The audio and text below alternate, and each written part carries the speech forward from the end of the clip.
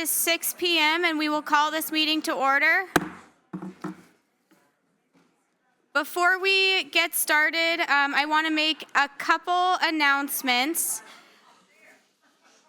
We normally have a video that plays with citing the decorum of our commission meetings. With the new commission, that new video has not yet been produced, so I'm going to read for you the decorum guidelines of our city commission meetings. Good evening and welcome to the City of Helena City Commission meeting.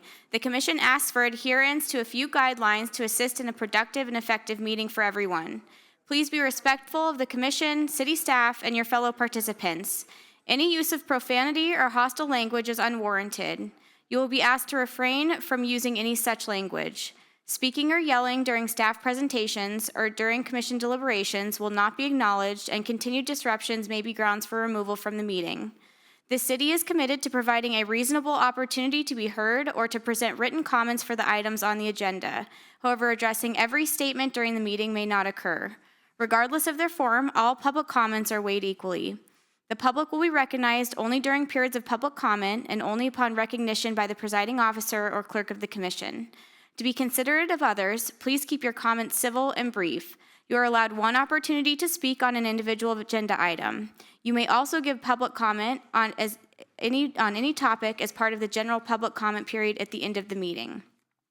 You will be called upon to speak by the presiding officer or clerk of the commission in turn. You will have 3 minutes to speak, at which time you will be asked to complete your comments. For efficiency and order, public comments will be heard from individuals in the meeting room prior to those participating by electronic means. If you are participating online, you may provide comments by either typing your comments into the Q&A or by using the raised hand feature. If you are participating by telephone, you may raise your hand by pressing *9 and mute or unmute yourself by using *6. If you pose a question during public comment, it will be recorded as part of the official record, but the main function of the commission is to listen to the views of the public. It is not the function of the commission to debate the merits of the proposal with an individual citizen. Addressing your questions or comments directly to staff is not allowed. A member of the commission may choose to ask additional questions of the public or staff during the public comment period to clarify statements. Please print your full name on the speaker's list to ensure accuracy of the public record. Speakers should begin by clearly stating their full name prior to providing comments. All public comments and questions posed during the meeting will go on the permanent record. We thank you for engaging in this forum and appreciate your patience and cooperation to allow all who are participating online and in person an equal opportunity. If you would like to submit a formal statement, you may utilize the general public comment form, which can be found on the City Commission page of the city's website. Please be advised that any comments submitted to the City of Helena's public engagement pages and media are public records and subject to disclosure pursuant to MCA 2-6-1003. Thank you for your participation and enjoy the meeting. So now that housekeeping is out of the way, one item that I just want to note, since we have many people here for one of our agenda items. We do have overflow right now across the hall in 326, in 309, and in 426. I know there are a number of people throughout the hallways and the stairwells. If you are in the hallways, please be sure that you are leaving the pedestrian walkways open. We have lots of public safety personnel in the building, but we need to be sure that we are prioritizing everyone's safety first and ensuring that all of our walkways are clear. So please be sure that you're leaving those areas open. And with that, would you please stand for the Pledge of Allegiance?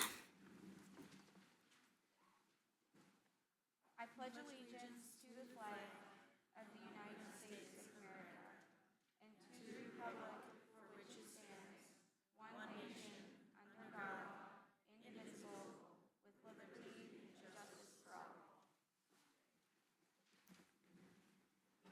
All right. Madam Clerk, would you please call the roll? City Attorney Doctor. Here. City Manager Lake. Present. Commissioner Logan. Here. Commissioner Reed. Here. Commissioner Rigby. Here. Commissioner Gustafson. Here. Mayor Dean. Here. All right, first on our agenda are the boards and committees update. Tonight, I will be recommending the following board appointments. These are the commission board appointments. To the ADA Compliance Committee, Commissioner Sean Logan. To the Audit Committee, Commissioner Sean Logan, Commissioner Melinda Reed, and myself as the alternate. Lewis and Clark County Behavioral Health Local Advisory Board, that is Commissioner Julia Gustafson.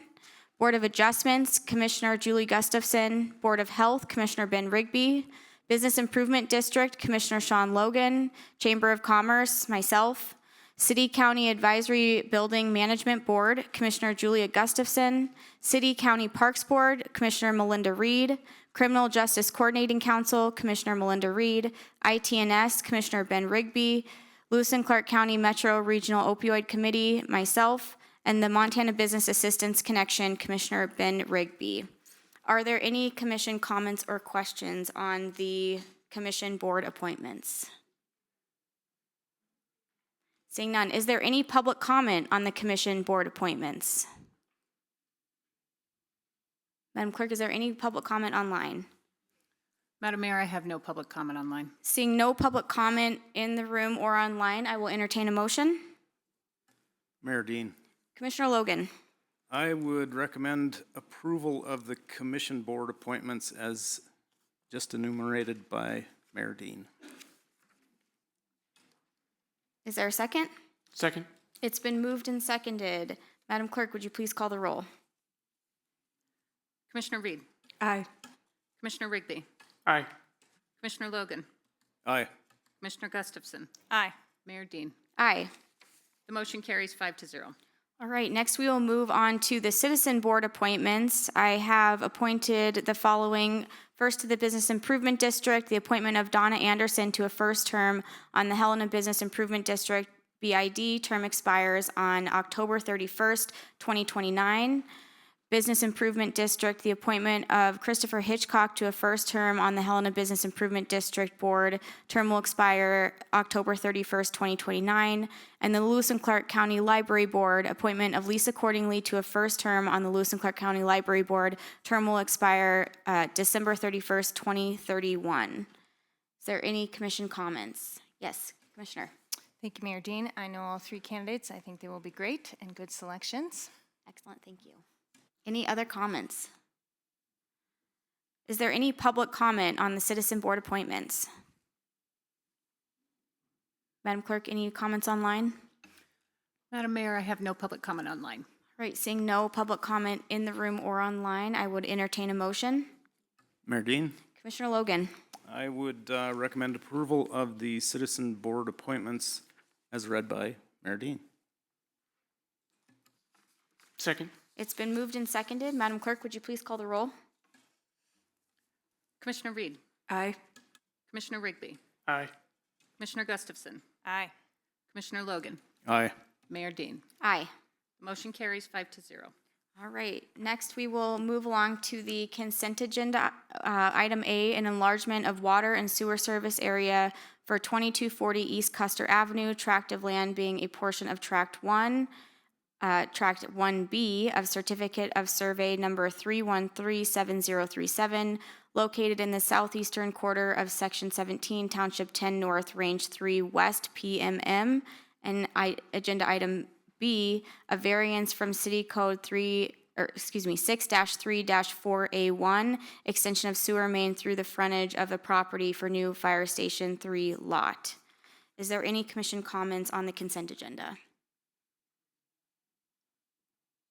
Seeing no comments, is there any public comment on the consent agenda? Madam Clerk, any online? Mayor, I have no public comment online. Okay, seeing no public comment, I will entertain a motion on the consent agenda. Mayor Dean, Commissioner Reed. I move to approve consent agenda items A and B. Second. It's been moved and seconded. Madam Clerk, please call the roll. Commissioner Reed. Aye. Commissioner Rigby. Aye. Commissioner Aye. Me.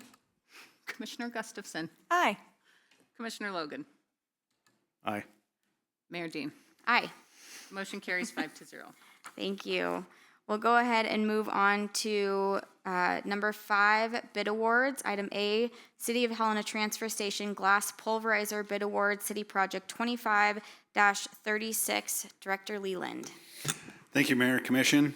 I'll be very brief because this is a glass pulverizer that was budgeted through the general capital plan that was through the sustainability. We are now able to, with this machinery, is to go back to Ash Grove with the glass instead of hauling it down to Salt Lake. It's going to be much better for us and for the environment, so we're very happy to get it. It came in a little bit higher than the original estimate when we were looking at it. It came in roughly just under $84,000, and the recycling budget, the solid waste recycling budget, will pick up the overrun. So this is, we shouldn't have any more costs just because this is a piece of equipment that will be delivered and be installed in-house. So with that, I recommend that we award the purchase of the glass pulverizer to Adlin Tools and Machine for the amount of $83,957. Thank you, Director Leland. Any questions or comments from the commission? Okay, seeing none. Is there any public comment on this item? You can come up to the microphone, sir.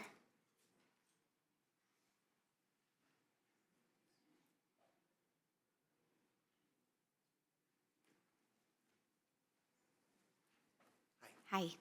I'm wondering if the gentleman who just spoke, if he could make us aware of the cost savings and payback. Could you give us your first and last name for the Sure, record, please? Jim Abel. Thank I'm you. a resident of Helena. Thank you. Sure. And just for the public's edification, the staff don't respond directly to public No, I comments. understand, but Yep, but if there's a member of the commission who wants to take on the question, we will be able to redirect it. thanks. Thank you. Okay, any additional public comment? Madam Clerk, any comment online? Mayor, I have no further public comment online. Okay, any questions or comments from the commission? Mayor Dean, Commissioner Reed. I would appreciate it if Director Leland could provide us information on the cost savings. Thank you. Thank you, Mayor, Commissioner. Tried to keep it a little quick, but we are going to save about $16,000 a year, so it'll be a 5-year payback with this, so it's very beneficial to everyone. Great, thank you, Director Leland. Any additional questions or comments from the commission? Okay, seeing none, I will entertain a motion. Mayor Dean, Commissioner Logan. I would move to award the purchase of the transfer station glass pulverizer city project 25-36 to Andela Tool and Machine in the amount of $83,957. Is there a second? Second. It's been moved and seconded. Madam Clerk, would you please call the roll? Commissioner Reed. Aye. Commissioner Rigby. Aye. Commissioner Gustafson. Aye. Commissioner Logan. Aye. Mayor Dean. Aye. The motion carries 5-0. All right, we'll move on to item number 6, communications and proposals from commissioners. Is there any commission communications or proposals? Commissioner Gustafson.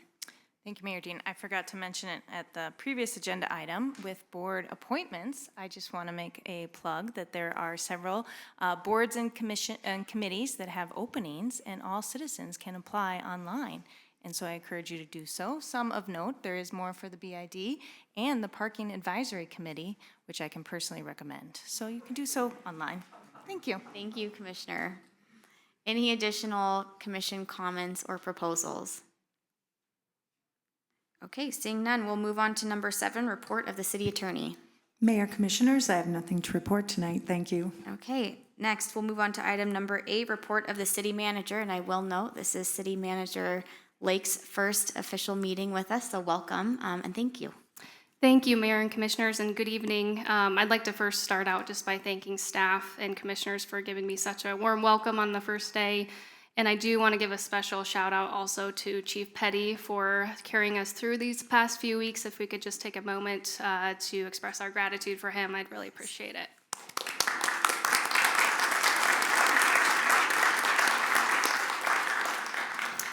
All right, Madam Mayor and Commissioners, I'll now go through a quick update for you from our Transportation Department in regard to the Railroad Crossing Elimination Grant. That agreement is in process with our selected consultant. We're very close to completion on that. And just for awareness for the public, this is the grant that will address the railroad crossing at Montana Avenue, and our engineers are working on, to determine whether an underpass or an overpass is most feasible for that project.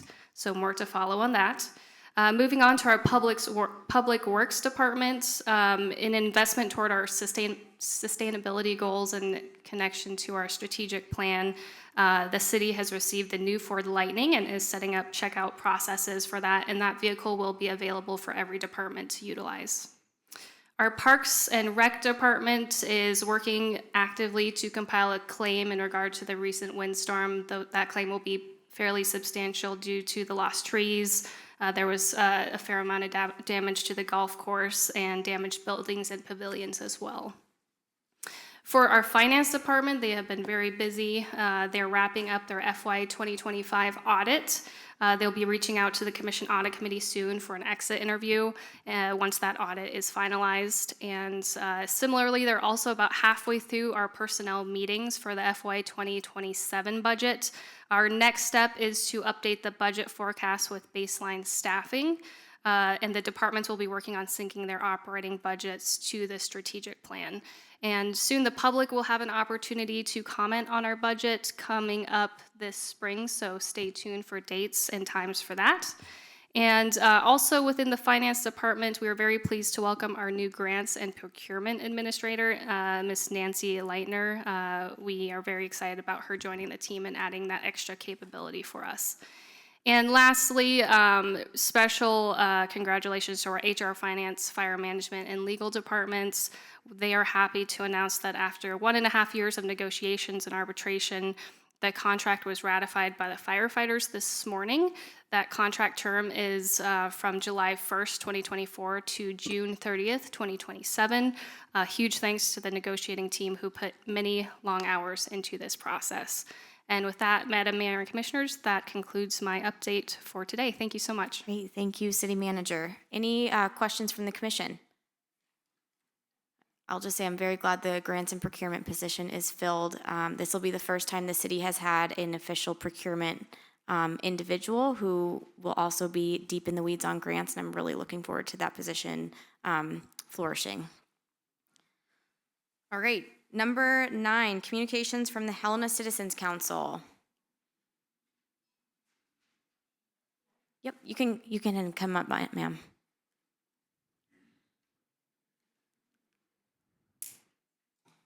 Thank you, Mayor and City Commissioners. My name is Lori Fitzgerald. I'm the HCC District 1 representative, Helena Citizens Council, and also the treasurer.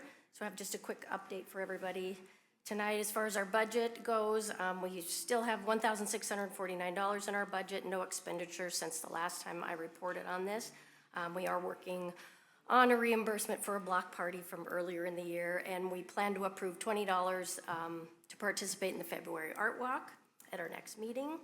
Our first HCC meeting of 2026 will be this Wednesday, where we will consider appointment of 2 new members, which is exciting because we have several vacancies. This will be in District 4 and District 7, so we will visit with them at that meeting. We're also going to be reviewing and updating our bylaws and identifying our top priorities for the HCC for 2026. That's all I have. Thank you. Thank you. Any questions or comments from the Commission for HCC? Okay, seeing none. Thank you, ma'am. All right, we are going to go ahead and move on to regular item A, consider a resolution supporting the City of Helena policies regarding the presence of federal federal enforcement actions in Helena. Before we open up this presentation, just a brief reminder, please ensure that you are leaving the walkways and the hallways open. This is to ensure that we can keep everyone safe and we can ingress and egress in case of an emergency. So everyone's safety is our top priority. Please be sure that you are keeping those walkways clear. Just for some logistics, when we begin this item, it will start with a presentation from our city attorney. We will then open it up for questions and comments from members of the commission. We will then go to public comment. When we have public comment, those that are in the chambers will give public comment first. We will then move to those who are in room 326, which is directly across the hallway. When that happens, we are going to ask that you form a single file line, and we are going to come in this side door and then exit out the rear of the room. We'll then move to those who are in room 309, which is just around the corner, and then we'll go to 426. When those rooms have given their public comment, we will then go to anyone who is left in the hallway, and we're going to ask that you form a single file line along the side of our chambers again, and we will come in the side and exit out the rear.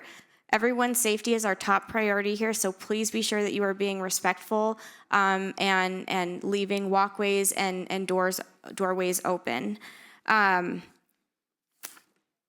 I would also note that once we hit 30 minutes of public comment, we are going to take a recess. We'll be quite a bit into this meeting by then, so we will take a recess at 30 minutes, and I will have a timer going, and then we will come back and take the rest of the public comment. I very much appreciate everyone's cooperation tonight, and so with that, I will turn it over to City Attorney Doctor for the presentation on agenda item 10A. Thank you, Mayor, Commissioners, and all of the public here. Because of the new commissioners, new city manager, and a lot of the public who haven't been involved in this matter, I'd like, with your permission, Mayor, to go through a little bit of background, how we got here, what the current resolution actually says, and then go through my concerns, I guess, mostly, and just response to the edits that we've heard from the public and we've heard addressed with the public, if that's okay with you, Mayor. Please, thank you, City Attorney. Thank you, Mayor. Just for a background, based upon many, many public requests over the past several weeks and maybe months, the commission met on November 12th along with the Helena Police Department to discuss the matters that had been raised through the commission meetings to that point. HPD at that time went through policies, procedures, and practices on how they address federal enforcement officers in the city of Helena conducting immigration matters. After that meeting, during that meeting, the commission directed me to draft a resolution that reflected the conversation and which would support the current policies of the city and the Helena Police Department and in compliance with the law. I drafted that resolution and presented it at the December 17th meeting, another administrative meeting. And during that meeting, there was discussion about edits considered at that time, many of which we've heard from in the public, and I'll go through and address on the record here for everyone after we go through the current resolution.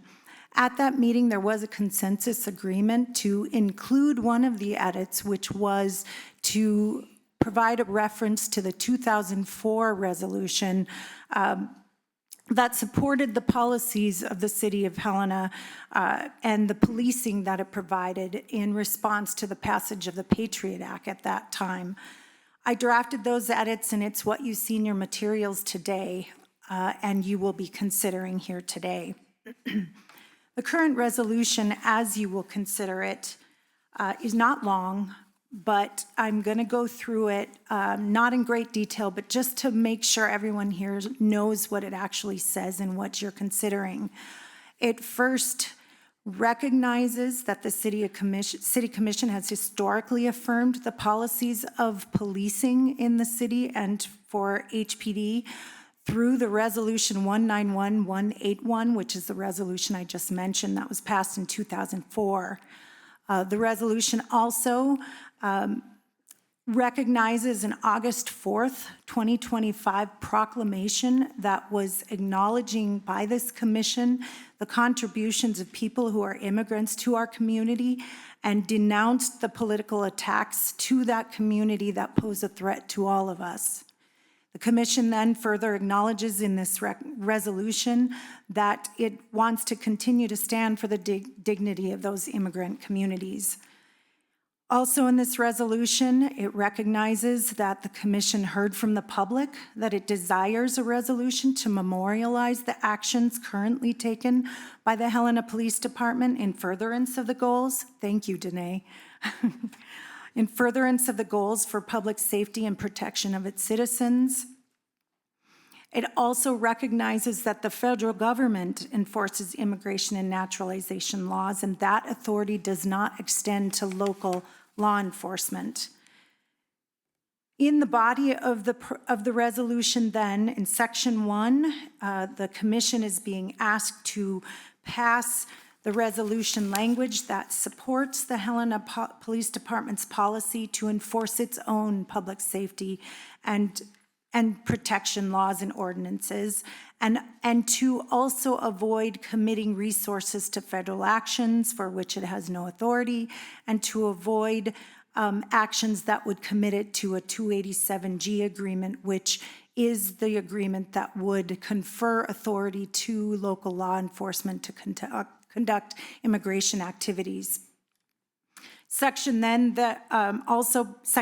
then also supports the city of Helena not to disclose information about persons to any person or any agency about persons within its possession, any sensitive information, and that sensitive information on the next page is defined as confidential identifying information such as social security numbers, tax ID numbers, but for this purpose, a person's immigration status or national origin, or a person's place and date of birth. Section 3 then would support the Helena Police Department's policy that it does not and has not independently or in assisting other law enforcement agencies. It does not stop, pursue, interrogate, investigate, arrest, or otherwise detain persons based solely on their immigration status or a suspected violation of immigration law. Section 4 would support the policy that the City of Helena would request identification and unmasking of department security officers where appropriate, but would not interfere with actions of federal officers. Section 5 then supports the City of Helena policy that any prosecutions out of my office would avoid, in the interest of justice, any adverse immigration consequences when that would come to a just resolution. And that's the end of the current resolution as it stands. The edits then that have been commonly requested here would be edits to that resolution and would amend that resolution. The one that was common would be to request edits to Section 3 to include a reference to the law that already prohibits racial profiling in Montana. That's at 442117. That is the primary and enforceable law for the subject of racial profiling. Inclusion of a reference in this resolution would not change anything with regard to that law, but my concerns is that it would cause confusion about now yet another law for HPD to apply and for the public to expect would be a law that would be enforced in Montana, and it just simply wouldn't be the case in a resolution like this. The statute already requires the police department to have policies, which it does. Its policies are entitled Bias-Based Policing, already strictly prohibits racial profiling. It requires training. It requires that every stop be documented and creates a complaint process for those who believe them been racially profiled. In addition, the employment practices of HPD ensure that policies are followed by every officer. And both Chief Petty and Lieutenant Shanks are here in attendance to answer questions more in detail, if indeed you have them, once I'm done here. The amendments, I fear, would create confusion. Even a reporting requirement for aggregate information would not be, would result in inaccurate data to the public because you cannot ask somebody what their race or ethnicity is when you stop them. So reporting in this account would be inaccurate. I do not recommend edits to this section. Another edit requested would be to section 4, and here's where I think you could make some edits to the language. Section 4 is the one on unmasking and identifying officers. This section could be amended, and HPD and my office both believe that if it were, it should refer to the sole discretion of an officer to avoid the obstruction of justice and interference with federal official activities if indeed they do ask to unmask or identify themselves.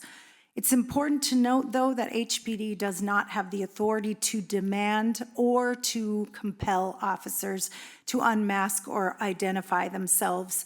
And it's not, unless they're committing a crime, and it is not a crime to be masked and to not identify yourselves and it's not something HPD can approach somebody and request, including anybody here today, certainly not federal officers in their enforcement authority. So to allow for discretion in this matter would be important for an officer to assess whether to interact before they would be putting themselves in the position of interference with official actions of the officers. The final one I'll speak to is another amendment commonly requested, was to add a section that would require information to be provided publicly on a website and through the city manager report to track when HPD works with federal agencies and officers, whether it's in immigration work or otherwise. The concern I have with this one is that it's a vague or very unspecific request for tracking this data. The HPD works with federal officers regularly on matters of child pornography, human trafficking, drugs, and it's regular, almost on the daily. This amendment would request tracking information that it would not know how to comply. And if the focus for tracking this information as in immigration work, this resolution and the practices of HPD already avoid solely working on any immigration matters for which it has no authority or jurisdiction. So there would not be anything to report in that regard. I would not recommend implementing this amendment either for those reasons.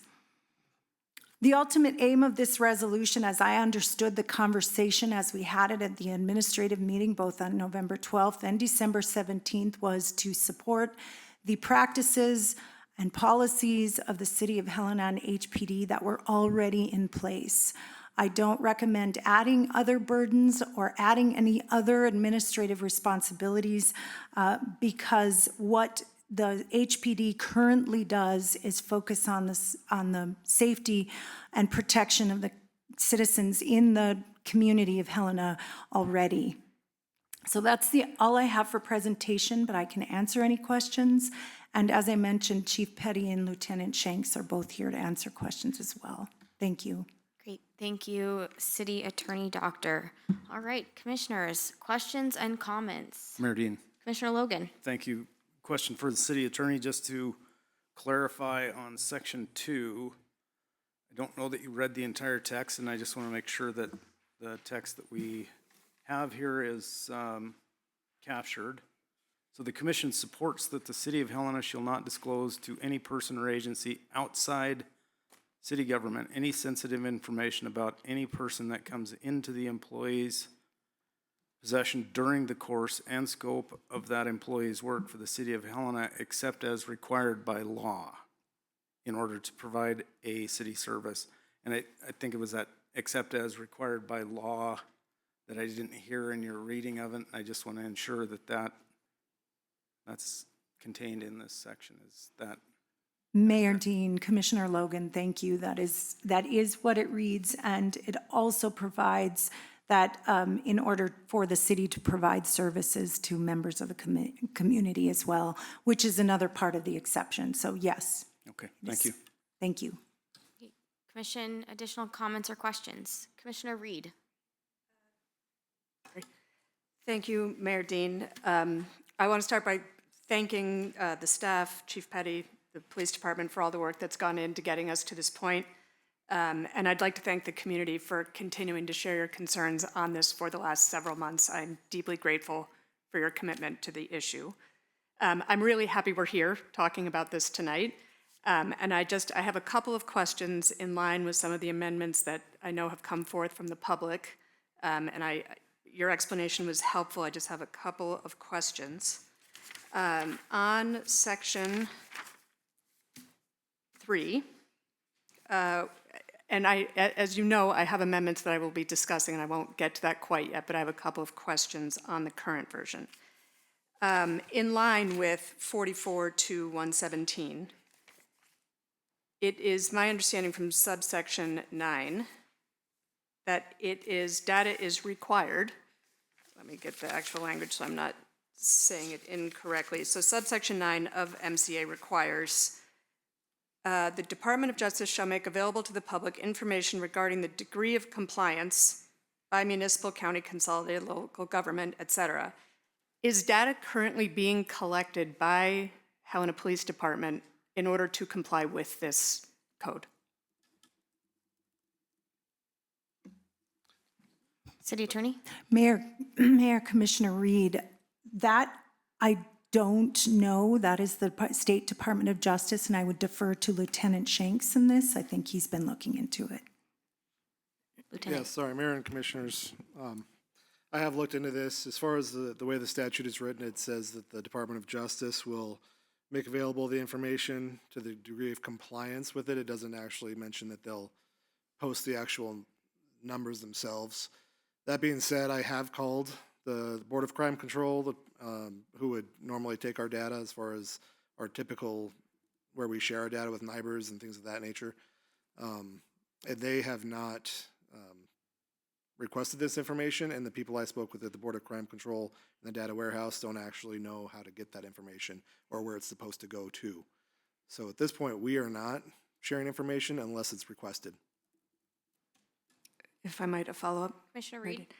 Thank you, Lieutenant Shanks and City Attorney. So we do have the information, and it's available to the public if they request it. So data exists. Lieutenant? Mayor and Commissioners, yes, the data does exist. We do collect it, and we review that data on a now bi-yearly basis. Thank you. And Mayor Dean, if I might, I promise just a couple Go more. ahead, Commissioner Reed. Thank you. Just a couple more questions. I appreciate the explanation on section 4, and it sounds as though, if I heard you correctly, City Attorney Doctor, that if there's no demand, no compel, and that there is a sole discretion clause, that would be in line with acceptable standards. Mayor Dean, Commissioner Reed, yes. Thank you. And Mayor Dean, if I might, just the last question. Go ahead. With regard to the proposed section 6 that has been discussed by the public, looking at the fourth whereas clause, sorry, so many papers. The fourth whereas clause currently reads, the commission heard from the public that it desires a resolution to memorialize the actions currently taken by the Helena Police Department, et cetera. And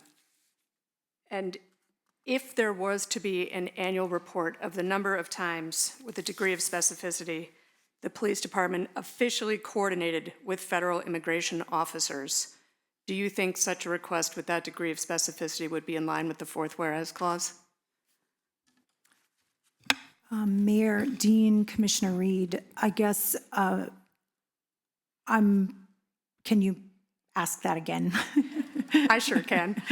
I think if the city were to track the number of times the Helena Police Department officially coordinated with federal immigration officers, including responding to a request for assistance, which has specific meaning under MCA, would that be in line with what is already in the resolution with regard to memorializing actions currently taken by the Helena Police Department? Mayor, Dean, Commissioner Reed, I don't believe that they currently track that information because they work so regularly with federal officers.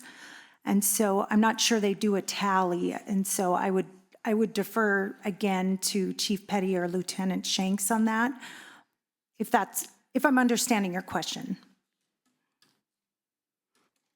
Lieutenant, go ahead.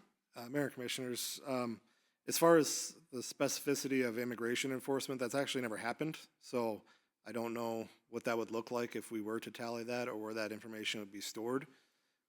As far as our general comings and goings and workings with the federal agencies, we don't track any of that. And again, I don't know where that would be tallied, who would collect that data, and the administrative burden on that particular thing, I don't know. But again, the point of your question, I think, is the specificity of immigration enforcement. That would be something completely new that we'd have to create. Thank you. Additional questions from the commission?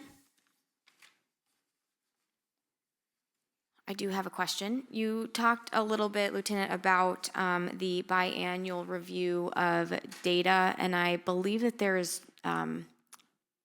training and conversation that goes along with that with individual officers. Can you talk a little bit about that? Yes, Mayor. Essentially, when we have biannual reviews now, we had been doing yearly reviews of our officers, normal performance evaluations of a city employee. Now we do that with patrol officers and union members, essentially, biannually. And when we do that, we do a audit of their racial profiling or their bias audit report, essentially, based off of traffic stops. And if we notice flags or anything that's super concerning on that, that would generate a review of their traffic stops, more specifically, and what those were for. A lot of different complex things that go into it.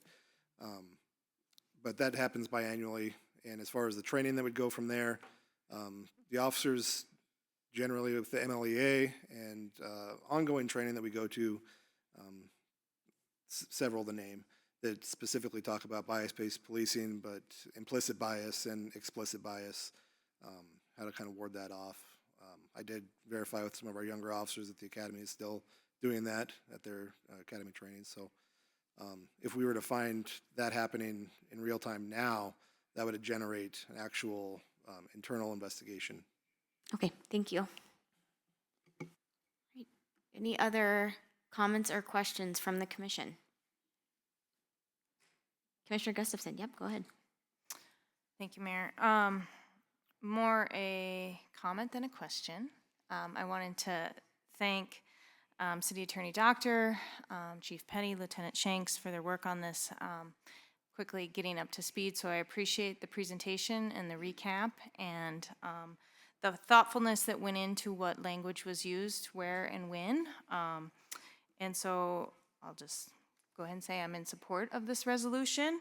And I'm thankful for the community showing up and encouraging us to support what they encouraging us to support this resolution. I think there is value in words, even if some of this is just repeating what has already been said. I think it is important repetition. So just a lot of thank you to go around, but wanted to say that before we move on. Thank you. Thank you, Commissioner. All right, seeing no other, Commissioner Reed, did you have a question? Oh. Oh, okay. All right, seeing no other commission comments or questions, we are going to move into public comment. As I stated, we are going to take public comment in the chambers first. We'll then move to 326, which is directly across the hallway. We'll then go to room 309 and then room 426. If you are in the overflow rooms, once we call that room, please line up in the hallway that's next to the chamber There are stanchions, and we will direct you into the room from the side and then exit out of the rear of the room. Please be sure that you give us your first and last name when you come to the microphone. We do have a 3-minute limit on public comments. You will see a timer up on the screen.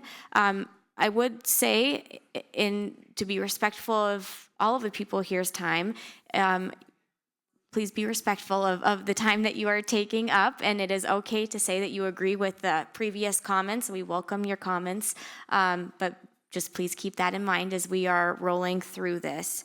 Again, please be sure that you are keeping the doorways clear, and I will again set a timer, so when we hit 30 minutes, we will take a recess and then come back and finish up public comment.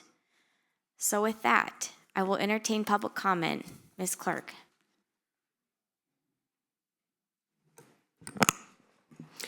City Commissioners, Mayor, City Attorney, City Manager, City Clerk, and Chief Petty, good evening. My name is Lily Clark. I'm a resident of the City of Helena, zip code 59601, and I am one of the leaders of Montana for Palestine. This evening, you, City Commissioners, and Mayor Dean can show that you have listened to the people of Helena since July. By passing this resolution with all 3 amendments, you will take the bold stance your citizens have asked you to, and as Chief Petty has shown, is willing to.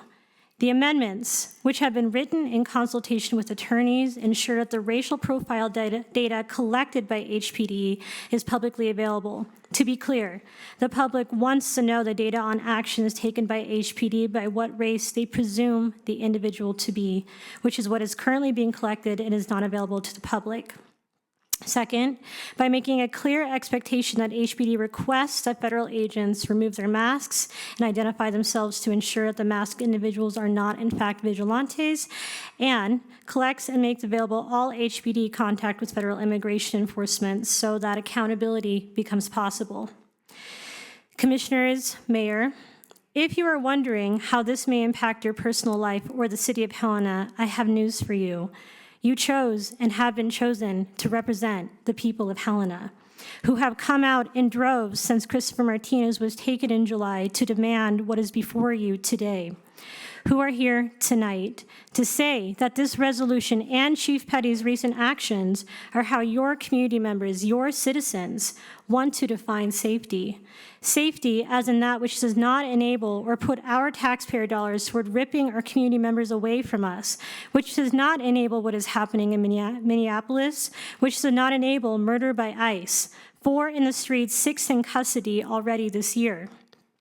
This is an insistence that safety is not violent state enforcement of who gets to belong, as Israel has done since 1948. Commissioners, Mayor, you are correct. You cannot control what federal law enforcement does, but you can expect what our Helena Police Department does and how you, as local city government, chooses to interact with ICE and other federal law enforcement agencies or not. Here before you is your opportunity. Every single person in this room and in all 5 of the full overflow rooms, every citizen of Helena will then be accountable for making sure this resolution is followed. Vote yes on this resolution and all 3 amendments. All people who are in this room, in the overflow room, in the stairs, the halls, and even outside who support the resolution and all 3 amendments, please raise your hand. Thank you. Thank you. And for those that are online, I'm sorry I failed to mention this before we started public comment in the room. After we've completed public comment in the building, I will then ask for public comment online, and you can raise your hand and we will call on you then. Thank you. Sir, please go ahead. Mayor, Commissioners, I'm Derek Brown. I admire you all for taking a stand on this. I have concerns about Section 4. It says attempt to request is pretty weak language. At least request identification. But it says unmasking of each Department of Homeland Security officer. How do we know that they're Homeland Security officers if they have no identification? It's a very vague, it's almost meaningless the way it's written. You have to assume that they are Homeland Security. Just because they're assaulting the public throwing tear gas canisters doesn't mean that they are actually Homeland Security. There should be, and I think Chief would, any law officer doing something is required to provide identification. Unmasking is something way beyond that too. So, but I think that's too weak the way it's listed. Thank you. Great, thank you, sir. Next public comment. Good evening. My name is Ilgaz Ulusoy Casey, and I'm a legal Helena resident. And I'm speaking for in support of the resolution. I'm originally from Turkey.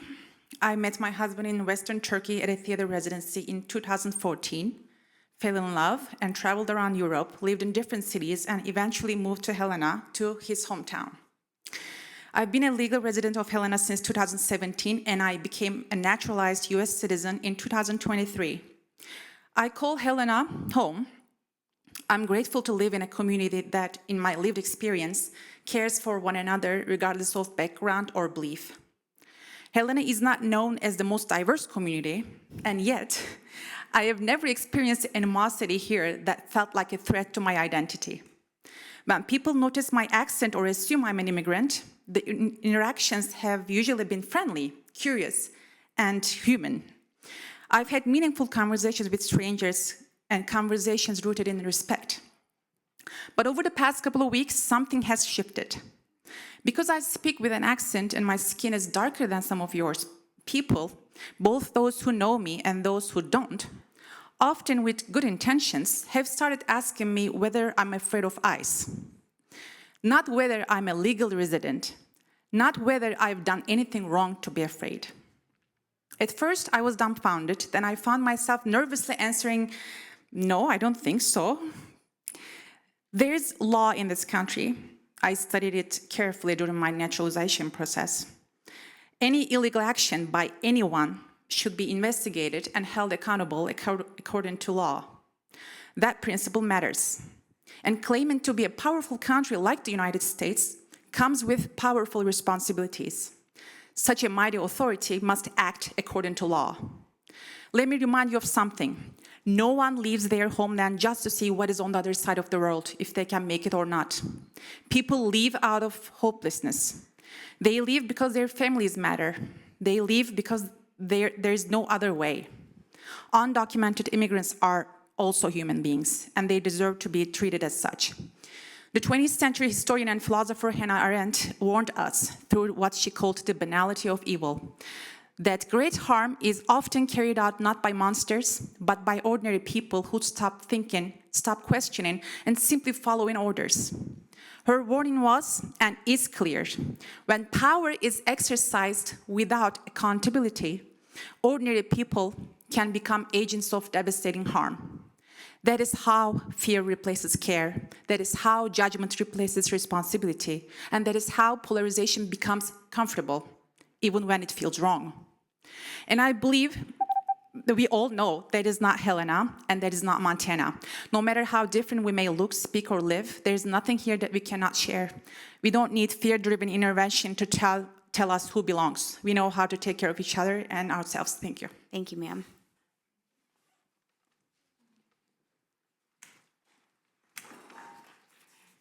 Good evening.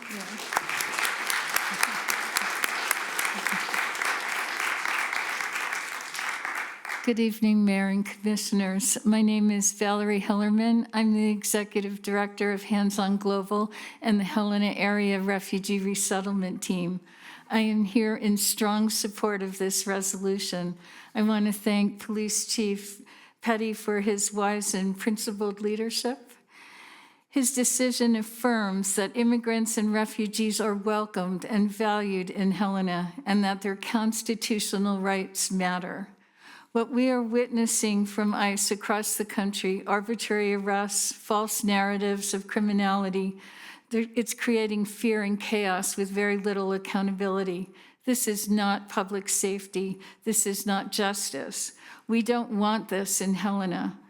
Our local law enforcement should not be obligated to cooperate with practices that undermine trust, due process, and human dignity.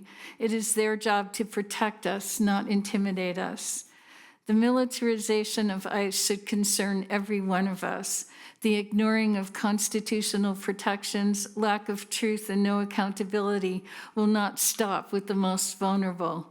This is how government begins to turn on their own people, citizens and non-citizens alike. Helena must stand firm. Helena will stand firm. We must uphold due process, trust, and recognize the inherent worth and dignity of every person. I urge you to support this resolution. Thank you. Thank you, ma'am. Sir?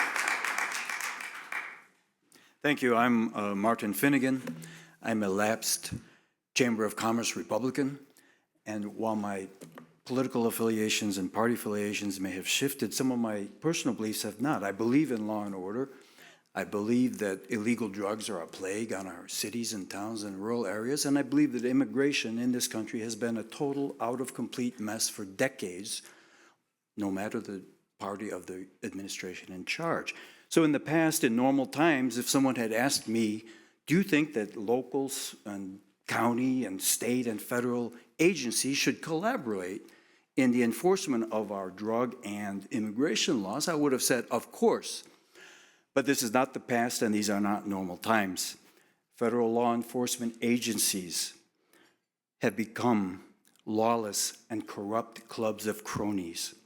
They've abandoned any pretense of respect for the Constitution or the rule of law. And they've lost any moral compass they once might have possessed. The agents that they are sending into our cities are stone-cold killers.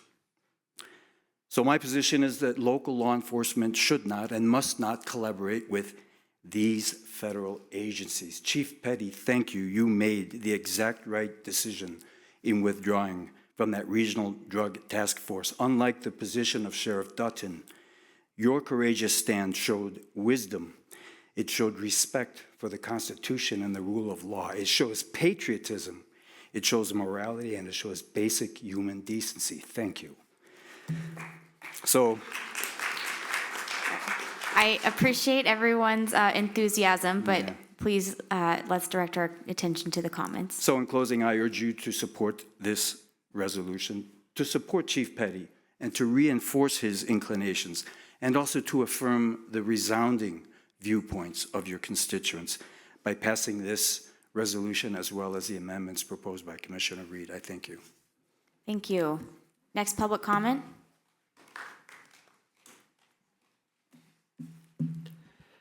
Good evening, Mayor Dean and Commissioners. My name is Rebecca Stanfel.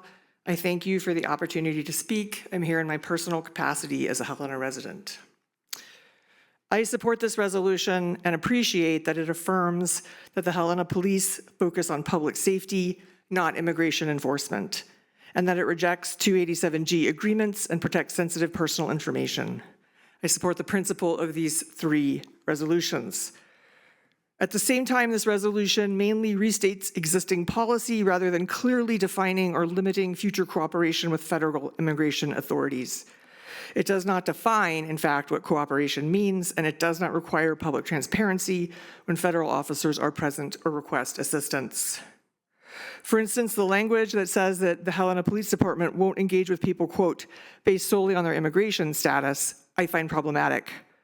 Mr. Martinez was initially pulled over on a vehicle matter, although I'm sure this would be difficult for the lawyers to draft. I believe we need some greater clarity on what HPD will and won't do in regarding cooperation. I'm Jewish, and part of what I inherit from my tradition is a very concrete historical memory of what happens when boundaries blur between local authorities and larger systems of persecution. We carry a legacy of knowing how small exceptions, quiet cooperation, and unclear rules can lead to real harm. Also in Jewish tradition, we're commanded to protect the stranger and to pursue justice. In civic terms, that means restraint, due process, and clear limits on how local power is used. I support this resolution, and I encourage you to strengthen this resolution even more by clearly defining cooperation and requiring transparency, so this is not only a statement of values, but an accountable policy that people can trust. I do want to thank you all for your service, particularly Chief Petty and the Helena Police Department. Thank you. Thank you, ma'am. Next public comment.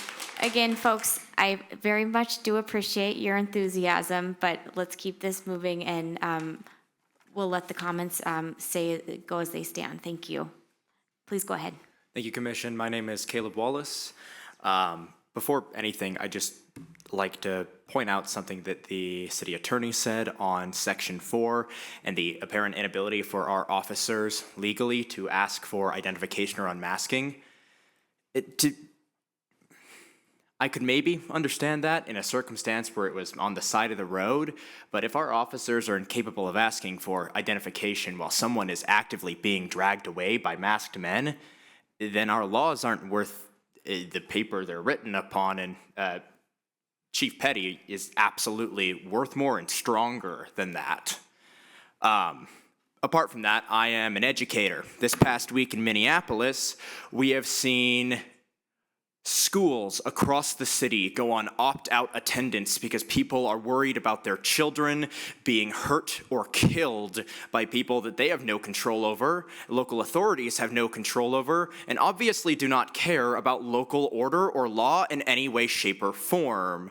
That already is a problem that our children, our teenagers who are growing up in this country, which is supposed to be a country where they're safe, which prides itself on that, are apparently incapable of feeling that way. Their parents doubly so. And this is because, as this past week has remarkably demonstrated, though I suppose it already was, ICE doesn't care about our safety, and the Department of Homeland Security obviously does not either. They're incapable of keeping it and respecting the human dignity that we, as Helena and the rest of the United States, deserves, and that means that that falls onto our police department.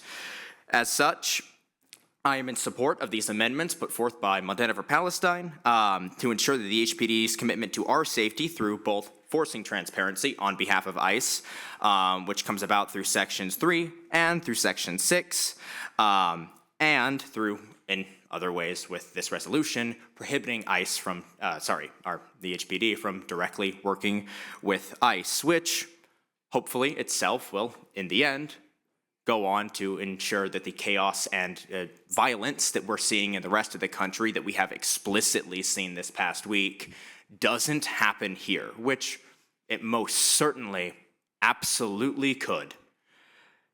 The Commission has stated today that they wish to ensure the human dignity of the immigrant communities that have so greatly built Helena, and which our city's history is absolutely fundamentally in debt of.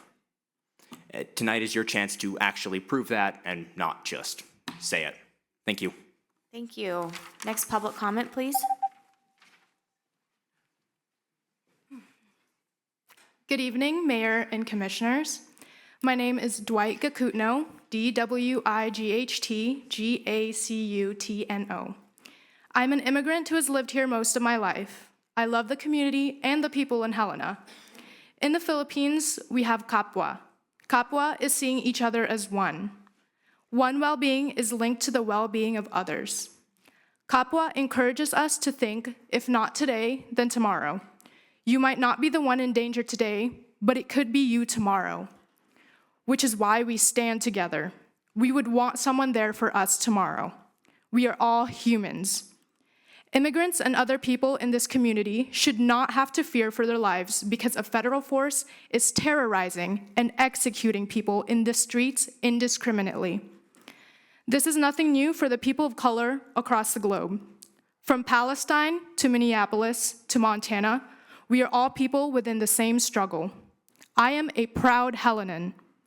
I encourage you to embrace Kapwa and pass this resolution with the amendments put forth by Montanans for Palestine. Thank you, Mayor and Commissioners. Thank you, ma'am. Next public comment, please. Thank you. My name is Martin Zalewski. I'm making comments on my personal behalf and on behalf of Heather Zalewski. I want to just say that I support the resolution and appreciate the City Commission's considering it. And then regarding the amendments, I recommend that the Commission defer to the advice of your highly qualified counsel. Thank you. Thank you. Next public comment, please. Thank you, Mayor Dean. Thank you, commissioners. And I want to especially thank Brett Petty and Lieutenant Shanks. Thank you both for being here. City Attorney Doctor, thank you. I wanted to tell a very quick story that I think is pertinent to the discussion tonight. A couple months ago, I witnessed an awful argument between two unsheltered people. It's right near Capitol Sports, and I was one of several people who called the police to step in because I was concerned that it might escalate in a way that turned violent. And as these two people kind of carried their argument down the street, eventually a police car arrived, and I stepped out of my car to visit with the police officer there to share what I had seen.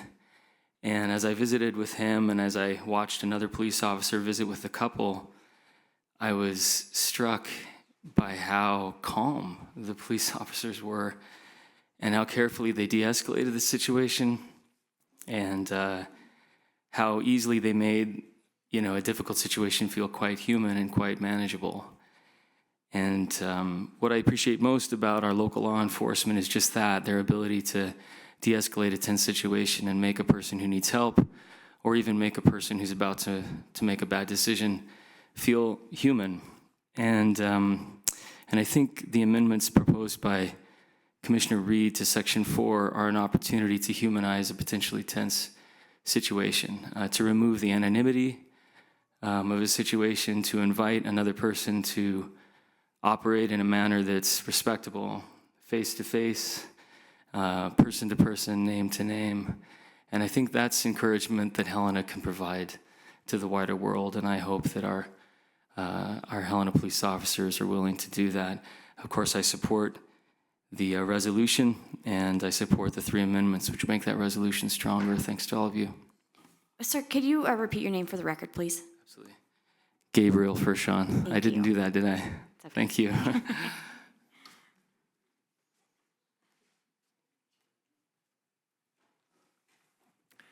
My name is Jim Abel. I'm a resident of Helena, and my roots are from Minneapolis. And I have a heavy heart.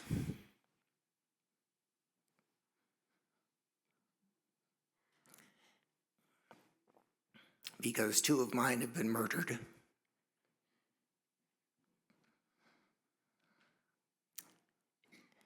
We have a serial rapist, mass murderer in the White House who wants to become a despot, a dictator.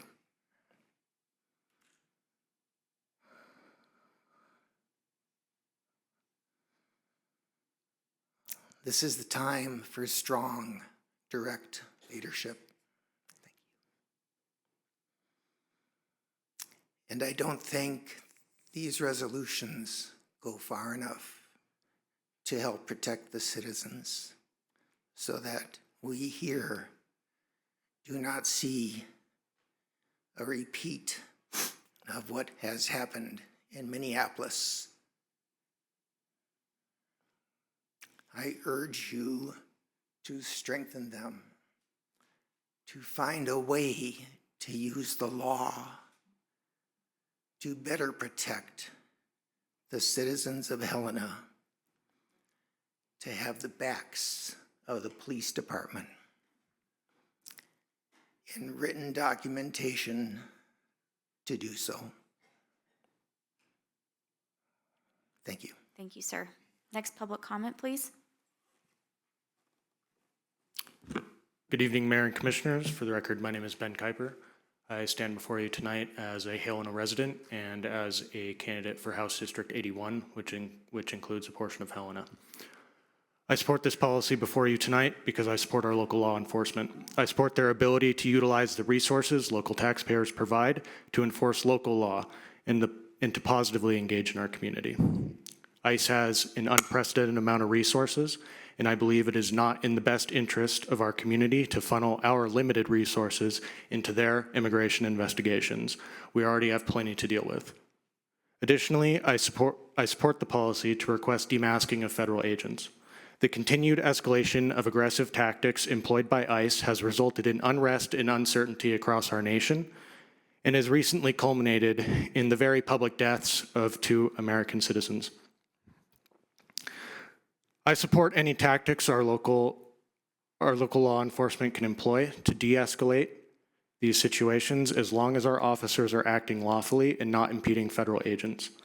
I believe this demasking request will help in that effort, and I think that any de-escalation, if it saves lives in our communities, is worth the effort. I ask that you support this policy. Thank you. Thank you, Mr. Kuiper. Next public comment, please.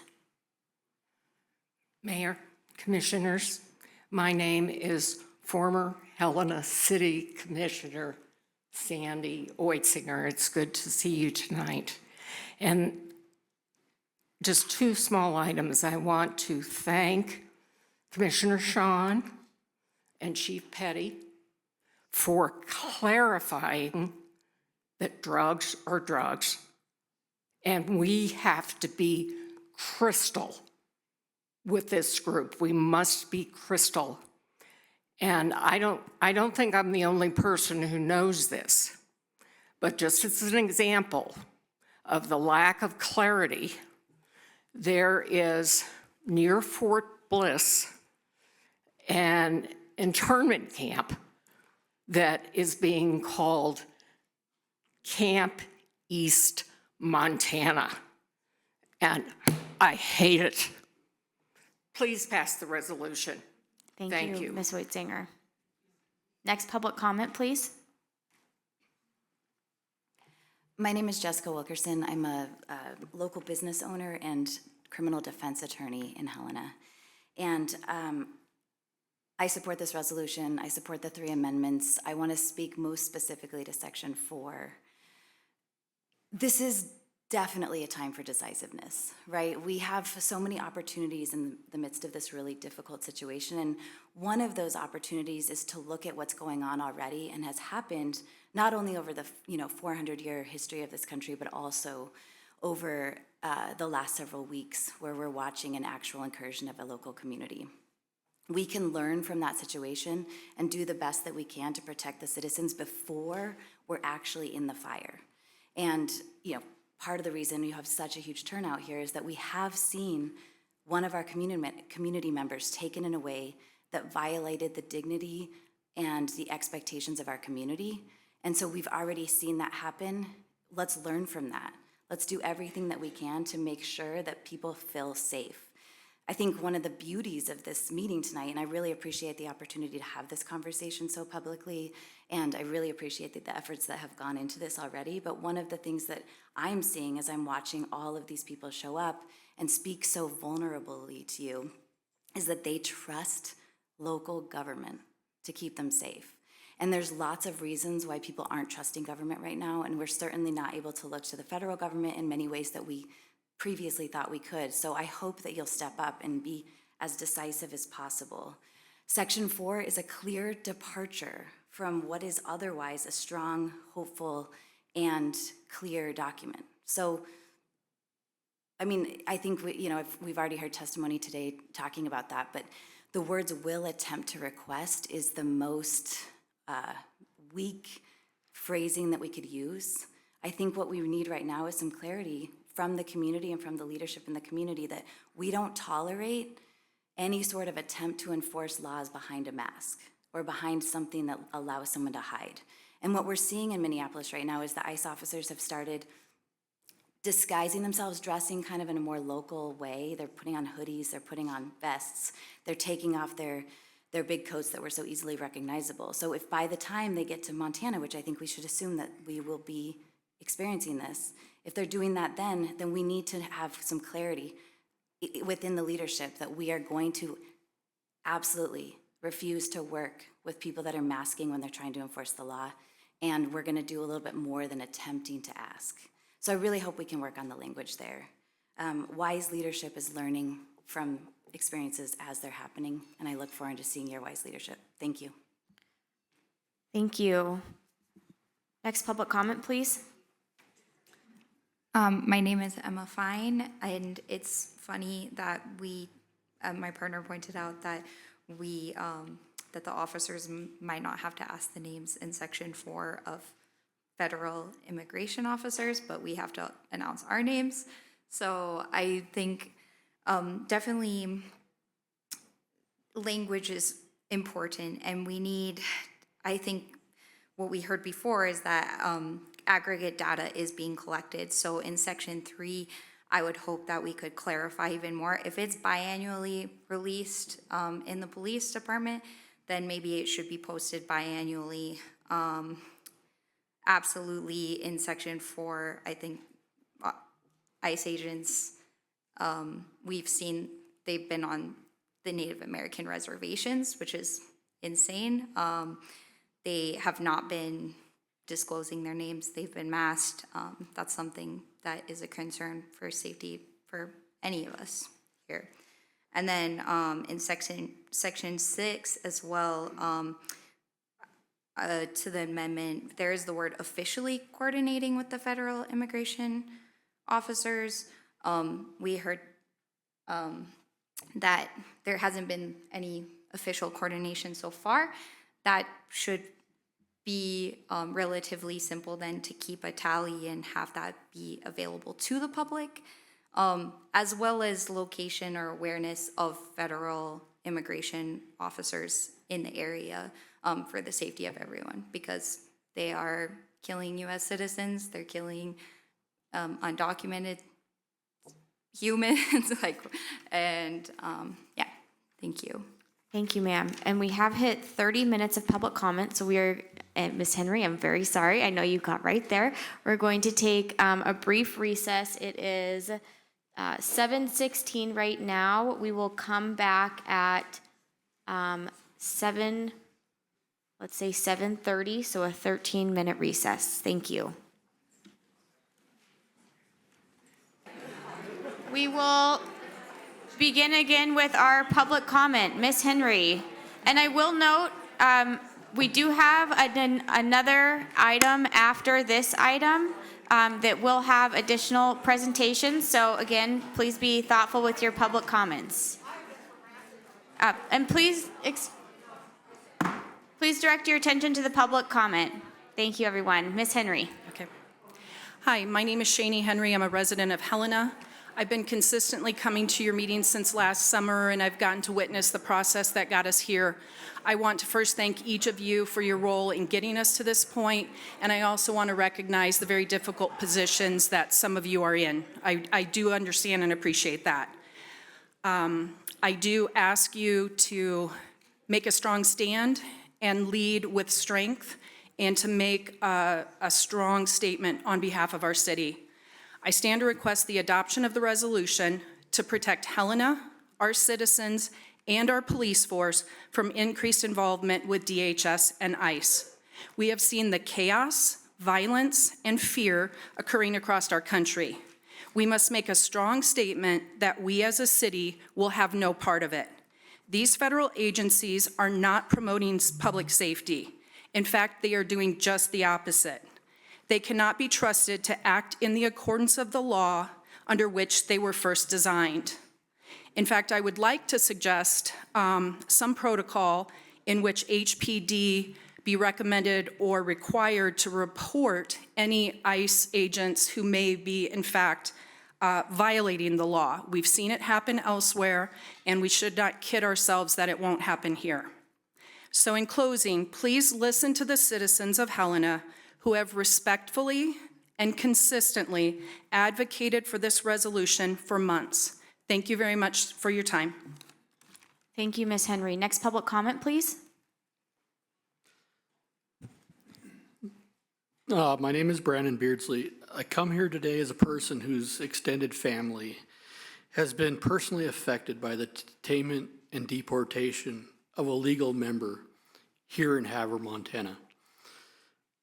During the arrest, detainment, and deportation of this family member, he was subjected to numerous unconstitutional violations. There are several current ongoing lawsuits against both the people that arrested him. Based on that, I recommend approving these resolutions and amendments. There are two reasons. One is just the humanitarian reason. We need to stand up against these atrocities that are occurring across the state and this nation. Two, not enacting this resolution would open the city of Helena to these same lawsuits where we could be, as a city, held liable for the unlawful arrests and deportations of people. That is all. I yield the rest of my time to the next speaker. Thank you, sir. Next public comment, please. Hello, Kenneth Mayar. I am a resident of Helena, and I just wanted to come to support my fellow citizenry. For those people who came here today, my kids are in the audience. They're 11 and 13. It's a school night. They haven't had dinner. They stood out on the steps in 14 degrees.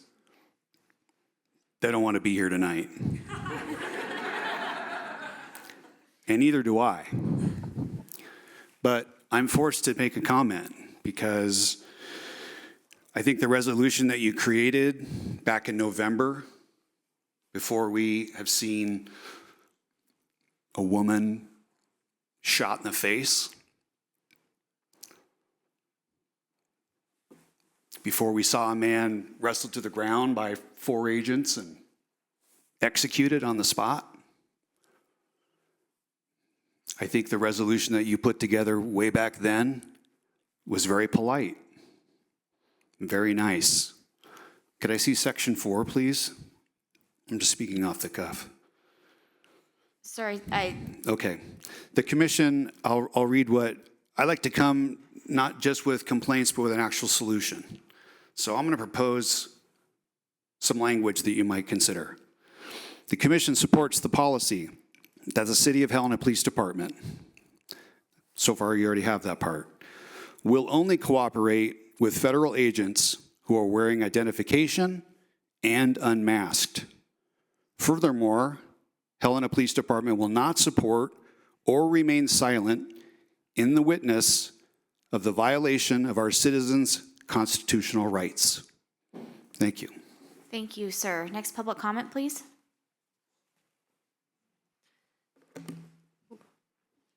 Hello, my name is Jamie Van Valkenburg. I am going to tell you about my dear friend who decided not to speak today because he is afraid of being put on a list and a watch list for anything. His father got citizenship 2 years ago, I believe, and it was a huge celebration in our family. We were having a great time celebrating his newfound rights and everything that comes with becoming a U.S. citizen. He is now deeply terrified of what's going to happen to him and his sons. And I am lucky enough to have the privilege where I am a natural born citizen, so I wanted to support this resolution. Thank you. Thank you, ma'am. Next public comment, please. Hello, my name is Denise Roth-Barber. I'm a citizen of Helena, and I wanted to also speak in favor of the resolution and the amendments, but specifically identify a problem with Section 4 that may have been touched upon, but I want to articulate it further. Right now, I've heard Helena Police doesn't have the jurisdiction to enforce or to tell ICE what to do, but you don't know that they're ICE. I could right now leave here, go to Dick's Sporting Goods, dress up in camo, strap my handguns to my legs, have my sister who sews, sew ICE on my uniform, and then I can go around and beat people up. And then Helena Police would be like, well, that's ICE. We can't interfere with that. I believe Helena Police has the authority to at least ask for the identification of the ICE officer who's beating people up, causing problems, and say, I need to know that you are in fact ICE. I need to know that you are in fact CBP. If you look at your uniform, for example, he has City of Helena on it, he has a badge number, and he has his name. So Even if I'm in an altercation with somebody from the police, I know who it is. I don't know that it's ICE. And recall that the U.S. representative from Minnesota, who was murdered last year in her home with her husband, along with her husband and her dog, the guy dressed up as a police officer, and he had a big old SUV that looked like a police SUV. So they opened their door trusting that he was in fact a police officer. So I just encourage the strengthening of Section 4, especially will attempt to request. That is milquetoast, and it's time to be direct and clear. Get rid of the milquetoast language and say the Helena Police will request the identification of anyone posing as ICE or a federal law enforcement officer to in fact know that they are federal law enforcement officers. Thank you. Thank you, ma'am. Next public comment, please. Good evening, Mayor and Commissioners. My name is Diana Hammer. I'm a representative of the Helena Citizens Council representing District 1. I want to thank Chief Petty and the Helena Police Department for their leadership and their professionalism. I'm deeply grateful for that. I also support the commenters before me, and I would encourage you to pass the resolution with the amendments. This is not a time to be wishy-washy. This is a time for clear leadership by the commission. Clearly, there are so many people in the overflow rooms here.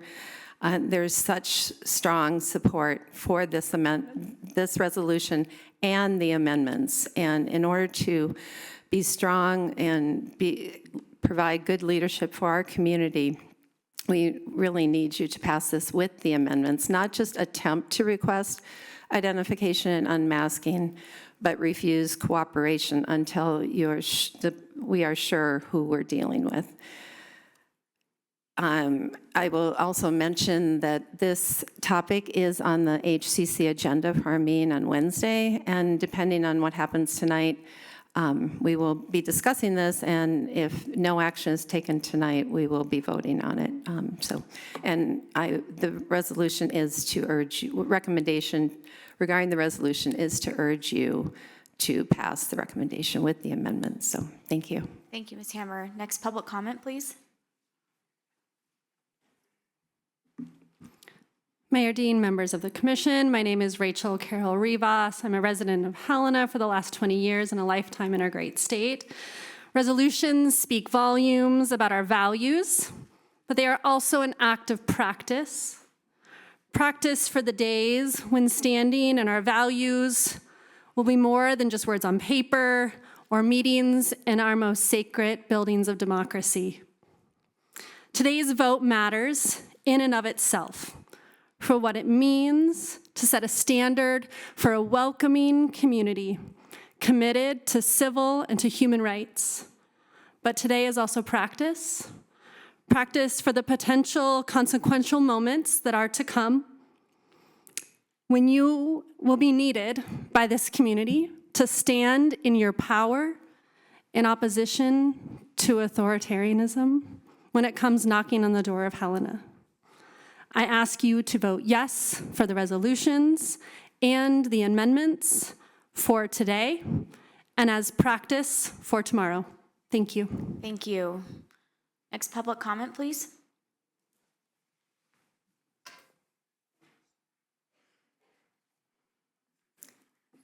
Good evening, Mayor Dean and Commissioners. My name is Dr. Catherine Brogan. I'm a physician and psychiatrist here in Helena. I'm also the medical director of AWARE, which serves over 12,000 Montanans. But tonight I'm here to speak on my own behalf and from a public health perspective. I support this resolution and the amendments. Communities that enter into agreements with ICE consistently see reduced use of emergency services, delayed care, and less cooperation with law enforcement. This impacts everyone, not just immigrants. When people hesitate to call 911 or delay seeking care, emergencies escalate, costs rise, and outcomes worsen for patients and first responders alike. And then we're left to absorb the downstream effects: increased emergency acuity, workforce disruption, legal exposure, and community distrust. Helena already operates with limited healthcare and emergency capacity. We can't afford to destabilize our resources or erode public trust in institutions, especially our law enforcement. Passing this resolution and the amendments supports our community values, our law enforcement officers' safety and efficacy, and the well-being of all of our residents. Thank you, Commissioners, for your consideration, and thank you, Chief Petty and HPD officers, for your tireless service. Thank you, Dr. Brogan. Next public comment, please.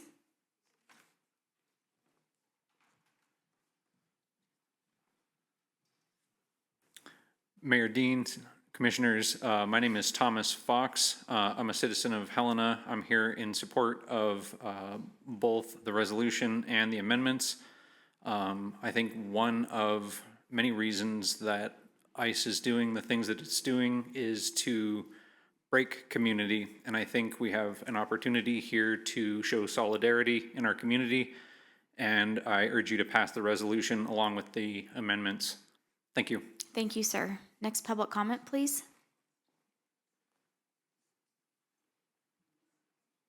Yeah, good evening, Mayor Dean, Commissioners, and staff and Helena Police Department. My name is Gary Fisher. I'm a Helena resident and a lifelong Montana resident, a native of Montana. I'm also a member of a faith-based group calling itself Faith and Justice in Action, whose mission is to bear witness in word and deed and within the public realm to the unconditional love of God for all people, with a particular concern for those in society who are poor, vulnerable, marginalized, or oppressed. We stand, therefore, with our immigrant friends, families, and neighbors who seek to exercise their inalienable rights to life, liberty, and the pursuit of happiness, and have tens of millions of other immigrants who have helped build this country, but who now find themselves the targets of threats, harassment, and violence, and deprived of the due process of law promised in the Constitution of the United States. I'm here to express our strong support for the resolution and the associated amendments regarding the actions of Helena Police in relationship to federal immigration enforcement. I have a lot of other comments, but in the essence of time and that other people want to comment, I'm going to leave it at that. Just want you to know that we're associated with a faith-based group here in Helena, and we thank you for your openness and to the concerns raised by Helena residents and all who testified tonight and responding with integrity to those concerns. Thank you. Thank you, Mr. Fisher. Next public comment, please. Good evening, Mayor, members of the Commission. S.K. Rossi. I'm a small business owner and attorney here in Helena. Grateful to be bookended by what I noted to be two very kind people, because I'm a little less kind sometimes in my public comment. I guess I just want to say that I really hope tonight that there isn't a resistance amongst this commission to being asked to do more. This resolution, and it's not a mandate, just to be clear, we're not asking for a mandate, no one's asking for an ordinance, no one's asking for a law, it's a resolution. It's really a statement of values.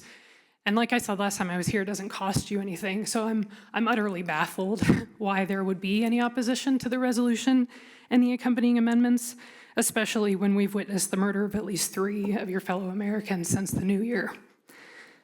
The opposition to approving this resolution with the proposed amendments, again, not an ordinance, is just super confusing to me. It doesn't require anything. It requests that the city take steps to ensure that the residents here know that the city is on our side and not on the side of a federal agency that is terrorizing Black and brown people as a pretext for harassing cities that vote for Democrats. And that's the reality of what is happening here. And we should be opposing it with every fiber of our beings. We're all here because we feel like we should be doing more. we're all looking for ways to do more. My text exchanges are packed with give money to this GoFundMe, do this, volunteer here. Everybody's looking for more to do in this moment. And all we're asking from you is the same, do more with us. We're not trying to overburden HPD. It's the exact opposite from what I've heard here and how I feel tonight. People are grateful for HPD's willingness to engage in this conversation and talk about what else they can do to make people feel safe here. It's actually not against the law for HPD to ask ICE agents to unmask. They don't have to do it, but it's not illegal to ask. They can ask. It's not illegal for HPD to make a record of their perception of a person's race. It might be illegal to ask that person their race, but it is not illegal for HPD to record their own perceptions. There are a number of things that can be done that maybe go further than state law, but you're allowed to go further than state law, and you should.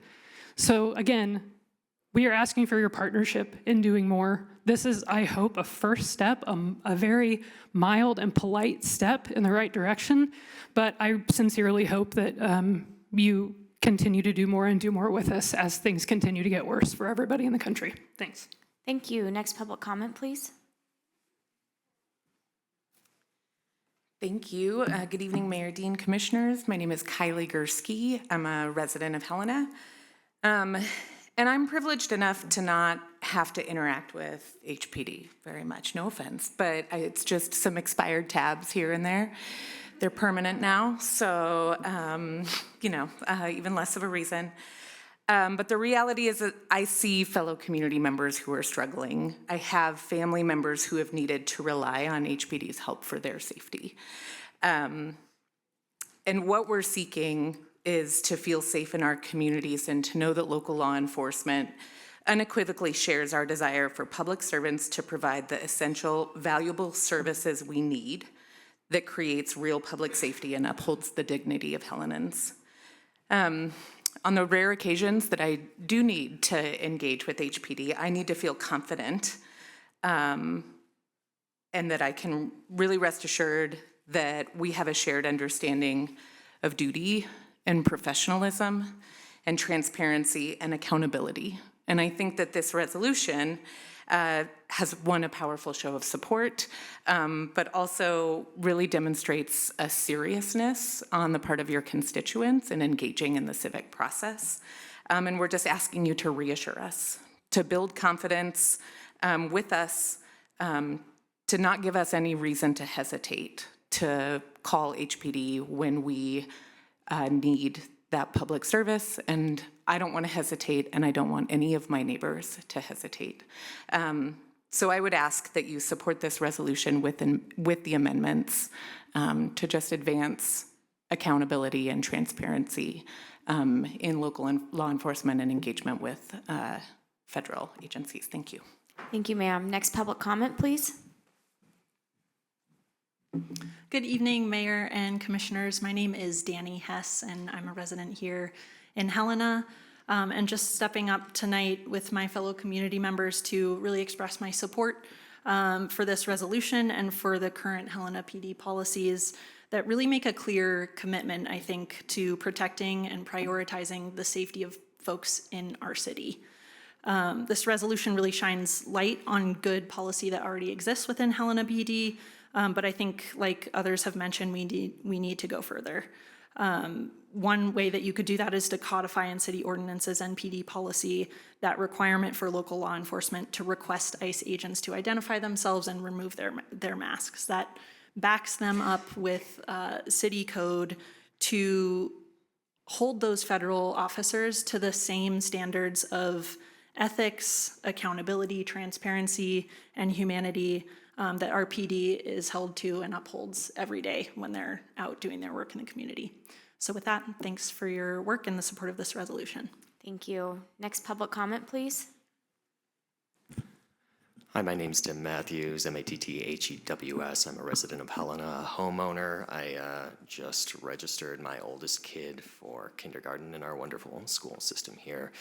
I came here today because some of the images and some of what we've seen coming from this law enforcement agency at the federal level, instrumentalizing and using children in order to draw their parents out of their homes. It fills me with rage and a profound sadness. I'd like to thank Helena PD for their leadership in this matter. I encourage you to adopt this resolution and these amendments, particularly Section 3, Section 4, Section 6. I hear the problems that the Helena PD has with Section 6. It's a difficult record-keeping exercise. We all have to do a bunch of stuff that's really difficult and really annoying at work, I know. But I think that it is essential for us to know what's going on in our community. Thank you. Thank you, sir. Next public comment, please. Good evening. My name is Ella Smith, here in Helena over on Flowery. And I just wanted to say this evening that I, along with I think many people in our community across the state and across the country, have this overwhelming existential exercise of learning, consistently new, dreadful information every day across a variety of issues that we worry about: our cost of living, we worry about our healthcare, we worry about our neighbors. And honestly, the last couple of days have been truly horrific for everyone for a variety of different reasons, and for many of us here. And so have the past couple of months. And tonight, walking in the back door, around the 4th floor, around the 3rd floor, down the stairs to the 1st floor, to the end of the line, just walking the line of people is the first moment of real, genuine, joyful hope that I feel that I've felt in quite a while. And I know that last meeting in your work session, this commission talked a lot about fostering and encouraging public outreach and community engagement with this commission. And so I just wanted to draw a bold underline over this feeling of hope and pride in my community that I'm experiencing tonight. And I would like to encourage you all to really pay attention to the fact that this is what you purport to want, is public engagement. And I would urge you all to foster the hope that many of us are feeling here by really listening and supporting the asks of this group of people.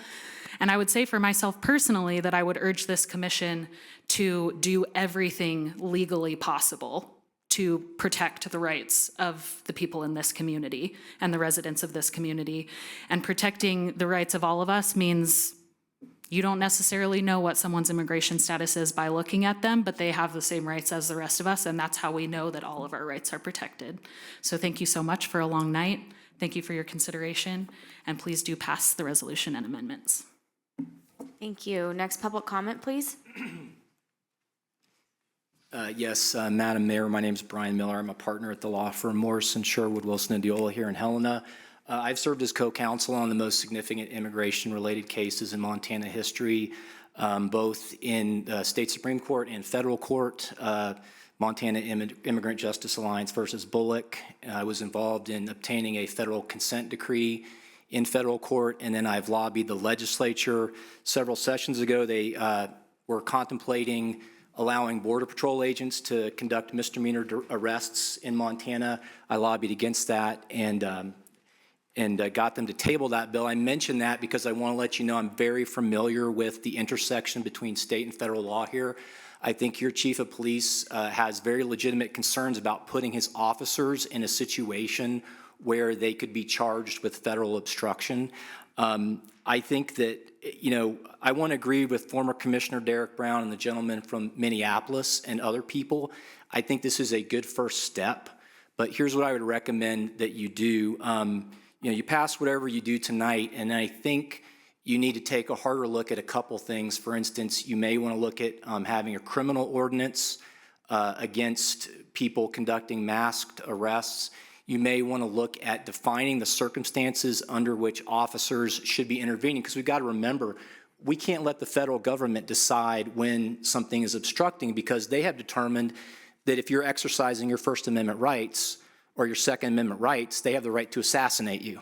That's what the federal government has determined, and we cannot allow that. So what we need to do, I think, is tee this up, do a more comprehensive piece of legislation, and then in order to make sure that you don't put your officers in a bad spot, you can sue the federal government in federal court and ask a judge to determine how far the lines are, because judges should be determining this, not Stephen Miller or Kristi Noem or someone else who is following fascist ideologies. Judges should be determining this, not these people who have no respect for the Second Amendment, no respect for the First Amendment, and no respect for the Fourth Amendment. That way your officers can be protected if they have a ruling from a federal judge. And I think that's a fair way to go forward. So I think you see the sentiment here is that this is a good first step. It's great that you guys are responsive. Chief of Police has shown, amazing leadership. But you got to realize ICE could come in here tomorrow and start grabbing immigrants and harassing them and beating them. And if somebody tries to videotape them, ICE could attack that person. And then ICE could assassinate somebody because they've done that. And that's what they want to do. So this is a much more complicated issue, but this is a great start. And thank you so much for giving this serious consideration. Appreciate you. Thank you, sir. Next public comment, please. Mayor, Commissioners, my name is Logan Smith.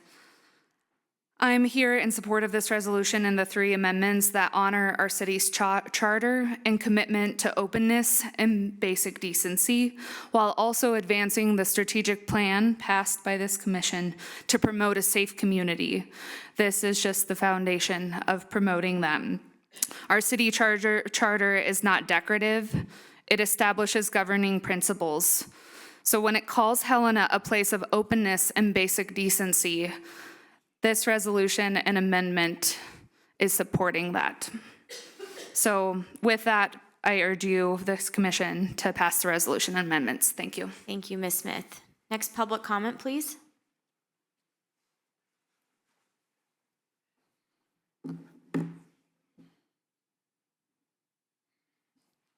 Hi, my name is Eldon Gittens, also known as Tim Gittens.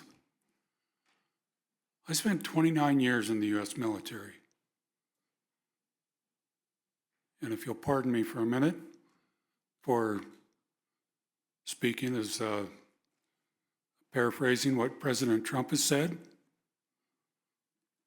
I've been to a lot of the shithole countries that he spoke about. And I can tell you they've all got something in common. A government that overreaches, has armed, shielded police abducting citizens off the street, and a leadership that is increasing themselves in incredible wealth through corruption. And I'm asking you, please don't be complacent or compliant in allowing this administration to destroy the fabric of our society for their own gain. Thank you. Thank you, sir. Next public comment, please. Hello, Mayor, Commissioners. My name is Linda Cletus. I want to first thank you all for your service. I'm speaking as a resident of the Helena community for over 20 years. Since last year, I've been hypervigilant existing in this community. More specifically, when my daughter or I drive around running errands at places like Target or Walmart. While we're both American citizens by birth, I wonder if my daughter and I are pulled over by ICE because we're perceived to be the flavor of the month. I wonder if either of us will have the opportunity to show our real ID or a picture of our passport. Yes, now we do carry pictures of our passports on our phones because you never know. I know that fellow community members that are here legally are either a few shades lighter than myself or a few shades darker than my skin tone, have the same concerns.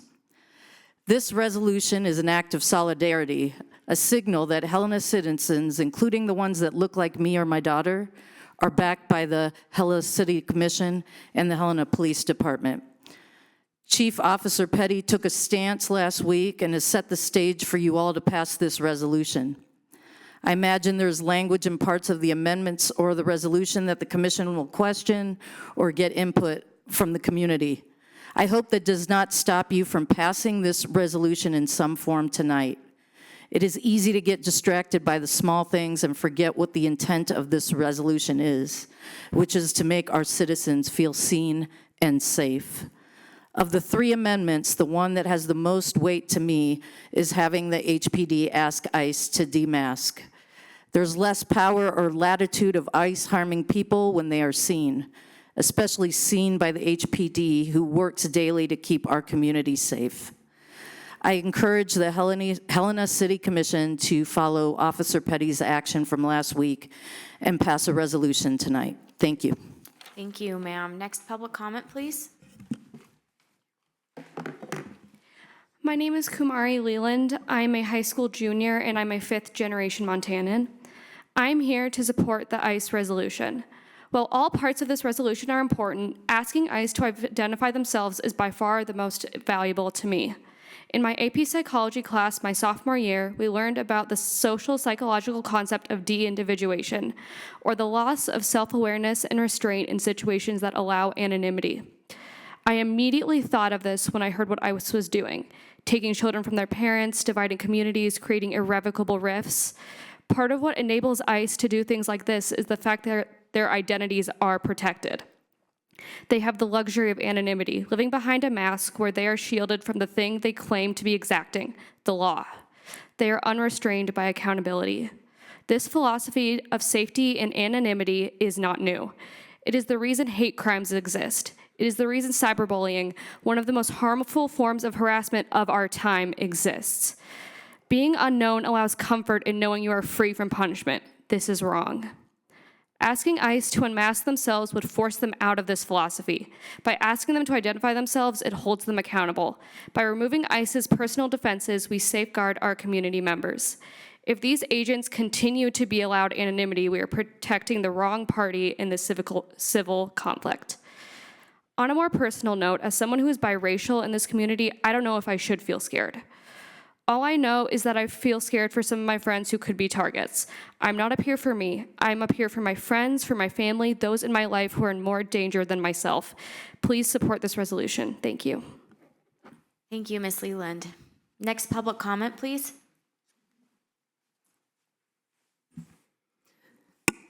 Hi, my name is Christy Fortman. I'm a Helena resident. Mayor Dean, commissioners, thanks for being here this late. I know this is a lot. I guess beyond the kind of pit I have in my stomach about all the atrocities that have been committed lately, I want to speak to you from a practical standpoint. I was here last week and I spoke about this too. You know, we went over the budget for an hour and a half and the police force is already stretched thin. And I don't think that we should spend our local resources supporting and coordinating with ICE, who does not respect the law. And beyond that, if we do, it's going to erode public trust in our local law enforcement, and I don't want to see that. So thank you. I support the resolution, and I'd like to see it passed. Thank you, ma'am. Next public comment, please. Hello, Mayor, Commissioners. My name is Emin Rogers. I'm here in my private capacity. I just wanted to echo what so many of the speakers before me have said.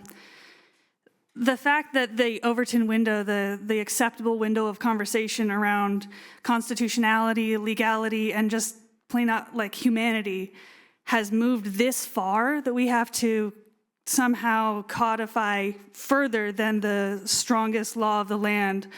I think we're at having violated amendments 1, 2, 4, 5, 10, and 14 at a start. The fact that we have to talk this way about it and come up with ways to try to create bulwarks for what should be our basic rights in this country, and they don't mention citizenship. The fact that we have to do that is already a little too much. This resolution is a great first step with amendments. I agree that the language does need to be stronger, and I agree that we need to create some legal protections around our police force and around our actions as a city, because it is the time for decisive action. And on a personal note, I have loved ones in Minneapolis. I am so scared because they're being so brave. There's an attempt right now by the federal government to break them. And I know people who are trying to just help other people. And what we saw earlier this week is that that is something that can get you killed. Not just killed, executed, beaten, and then executed by federal agents who have no accountability. There is no way to handle this in a court of law at the moment. I'm hoping the Bivens Act goes through and there is in future a way for us to hold federal agents accountable for damages. But at the moment that doesn't exist. All we have is our local and state law enforcement who stand between us and harm. And it has been very well proven in the body count as well as in footage from civilians that it does not matter if you are a citizen or not. If ICE thinks you are guilty of something or if you are not recognizing their authority and intimidated by them, you are in danger. And I don't want that for Helena, and I don't want that for Montana, nor do I want that for actually anybody in this country. Everybody deserves to be treated like a human being, and there is no immediate death penalty in this country. Thank you. Thank you. Next public comment, please. Hello, my name is Christina Jordan. I'm here representing myself as a Helena resident. I agree with many of the comments that have already been given, particularly those encouraging strengthening of the language in Section 4, and overall I would just urge you to pass this resolution. Thank you. Thank you, ma'am. Next public comment, please. Hi, my name is Tracy Swingley. Mayor, Commissioners, I am here representing myself, probably also my grandchildren. I'm a natural-born citizen, I guess, but so are many of the indigenous who have been arrested by ICE. I think it's time we need to set an example for our children and grandchildren. Please pass the resolution and amendments, but I do agree that we do need more decisive, concise language. It is a good first start. I commend you on your work on it. But yes, pass the resolution and amendments for our children and grandchildren. The current tenor is fear. Let us be the ones to lead and not follow. Let Helena be the first to set the precedent to say, not in our city. When I posted about tonight and about the protest on Wednesday, a friend sent me talking points on how to talk to your children about ICE. Right now, children are having to practice active shooter drills, something I never had to experience. Sean and I never had to experience that in school. Neither did my kids, but now my grandchildren and then my children who are teachers are having to experience that. Now is the time to step up and make the changes that are necessary. We are seeing what isn't working. Let us be the leader in what is working to ensure trust, de-escalation, and remove fear. Thank you. Thank you, Ms. Swingley. Next public comment, please. Hello, Madam Mayor, council members, members of the police force, attorney. I'm glad to be here this evening. I'm glad we're considering this. I encourage you to pass it, including amendments. However, I think that it is only a beginning, and we need something way stronger than this. There have been some suggestions earlier, including language, but we need to go further. And there's one other thing that I would like to ask the chief, but since I can't, I'm going to ask one of you to ask him. So if I go out in the street and I put a mask on and I carry a weapon out there and I start to harass people, how does the chief know that I'm not an ICE agent? As far as I can tell, there's not much way to do that. I have no intention of doing it, but I don't even own weapons. But I don't think he has a way of knowing. Thank you. Please pass what we have now, all of it, but do more. We are on the right track. Thank you. Thank you, sir. Next public comment, please.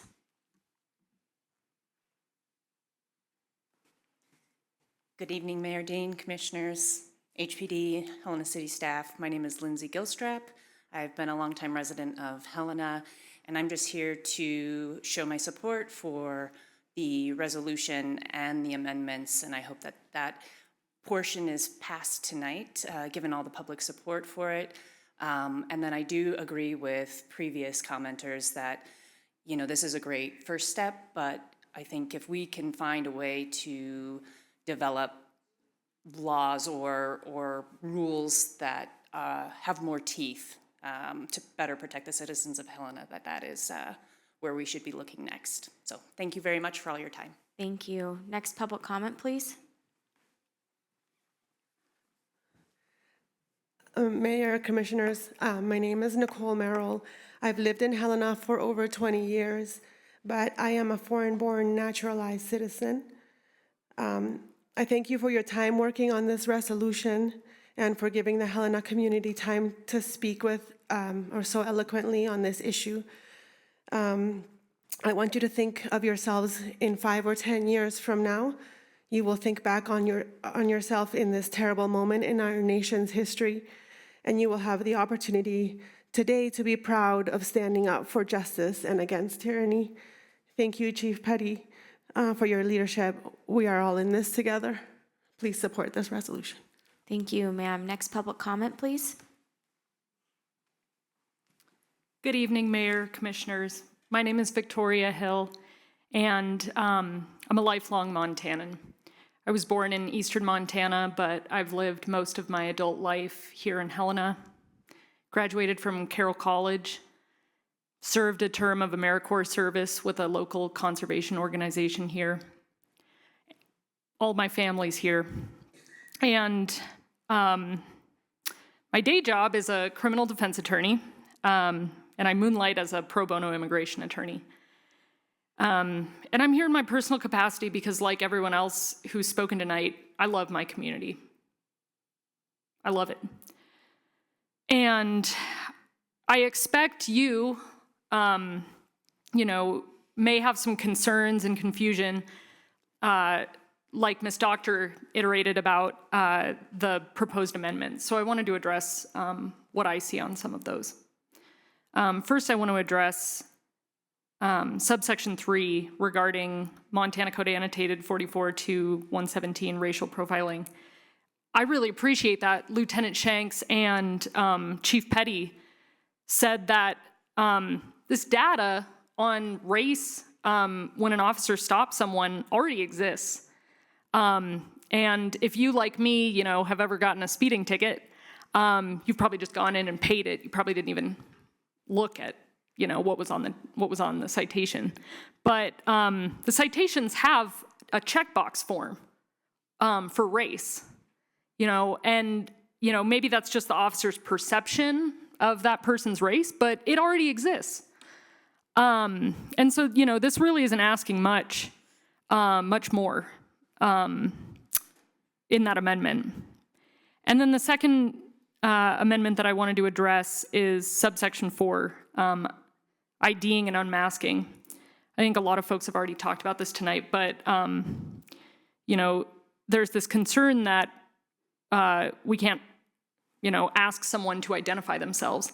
You know, there's nothing in the Montana Code Annotated that prohibits an officer to go up to somebody and just ask, hey, what's your name? You know, what's going on? And if there is, I'd love to know, because, you know, that would radically change my practice and it would make my job a lot easier. So, you know, I'd welcome some correction on that from another attorney if there is, but, you know, there's just not. And someone said earlier, I just want to reiterate, you know, I have to imagine that if a masked man rips someone from their vehicle, throws them to the ground, and, you know, is going to commit harm on them, that an officer is completely reasonable in his request to at least ask his name and for identification. Thank you. Thank you. Next public comment, please. Good evening, Mayor, Commissioners, Chief Petty, Lieutenant Shanks. My name is Emilia Hitchcock. I am an attorney in Helena.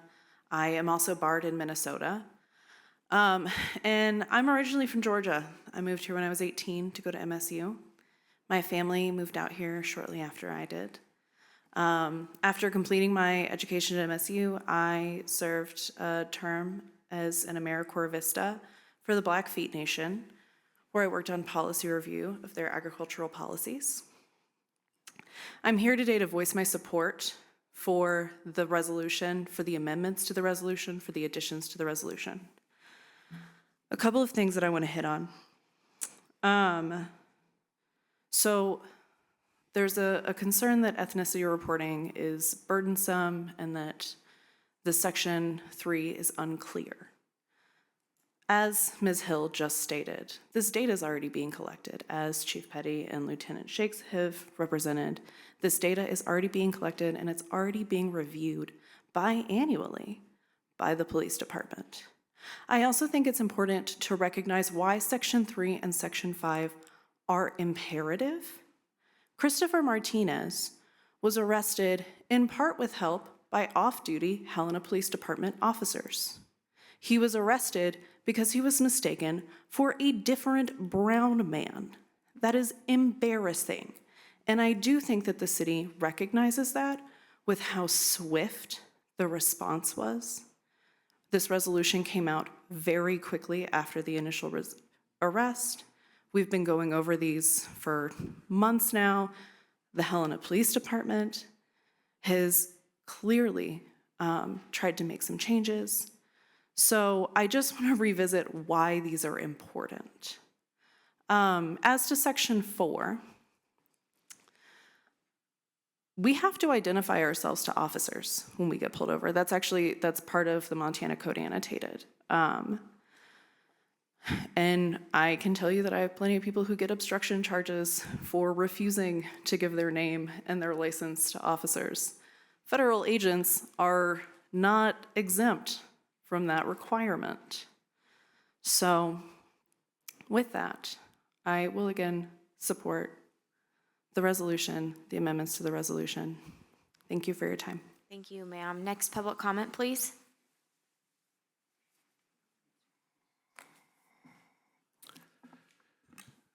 Mayor Dean and members of the commission, my name is Kim Wilson.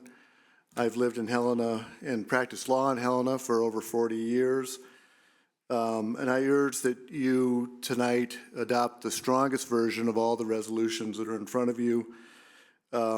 Just kind of stepping back generally, we're of course a nation of immigrants. And the events in Minnesota this past month actually, have just been abhorrent. And I think all of us here tonight share that feeling and want to do something about it. And I think it's important tonight that we as a city send a message that we, the city of Helena, number one, don't support in any way this kind of lawless supposed law enforcement. Number two, that we do support lawful and transparent consideration of our role in immigration enforcement, and I think we're seeing that tonight in this resolution. Number three, that we support the dignity of the immigrants to our community, number of whom have spoken tonight. I've got to just say, I feel incredibly proud of this community after watching the last 2.5 hours of testimony. It's been incredibly moving. As Commissioner Gustafson said earlier, there's value in words, and I think it's important tonight that this City Commission use its words to make a strong statement on behalf of all of us in Helena. Thank you very much. Thank you, sir. Next public comment, please.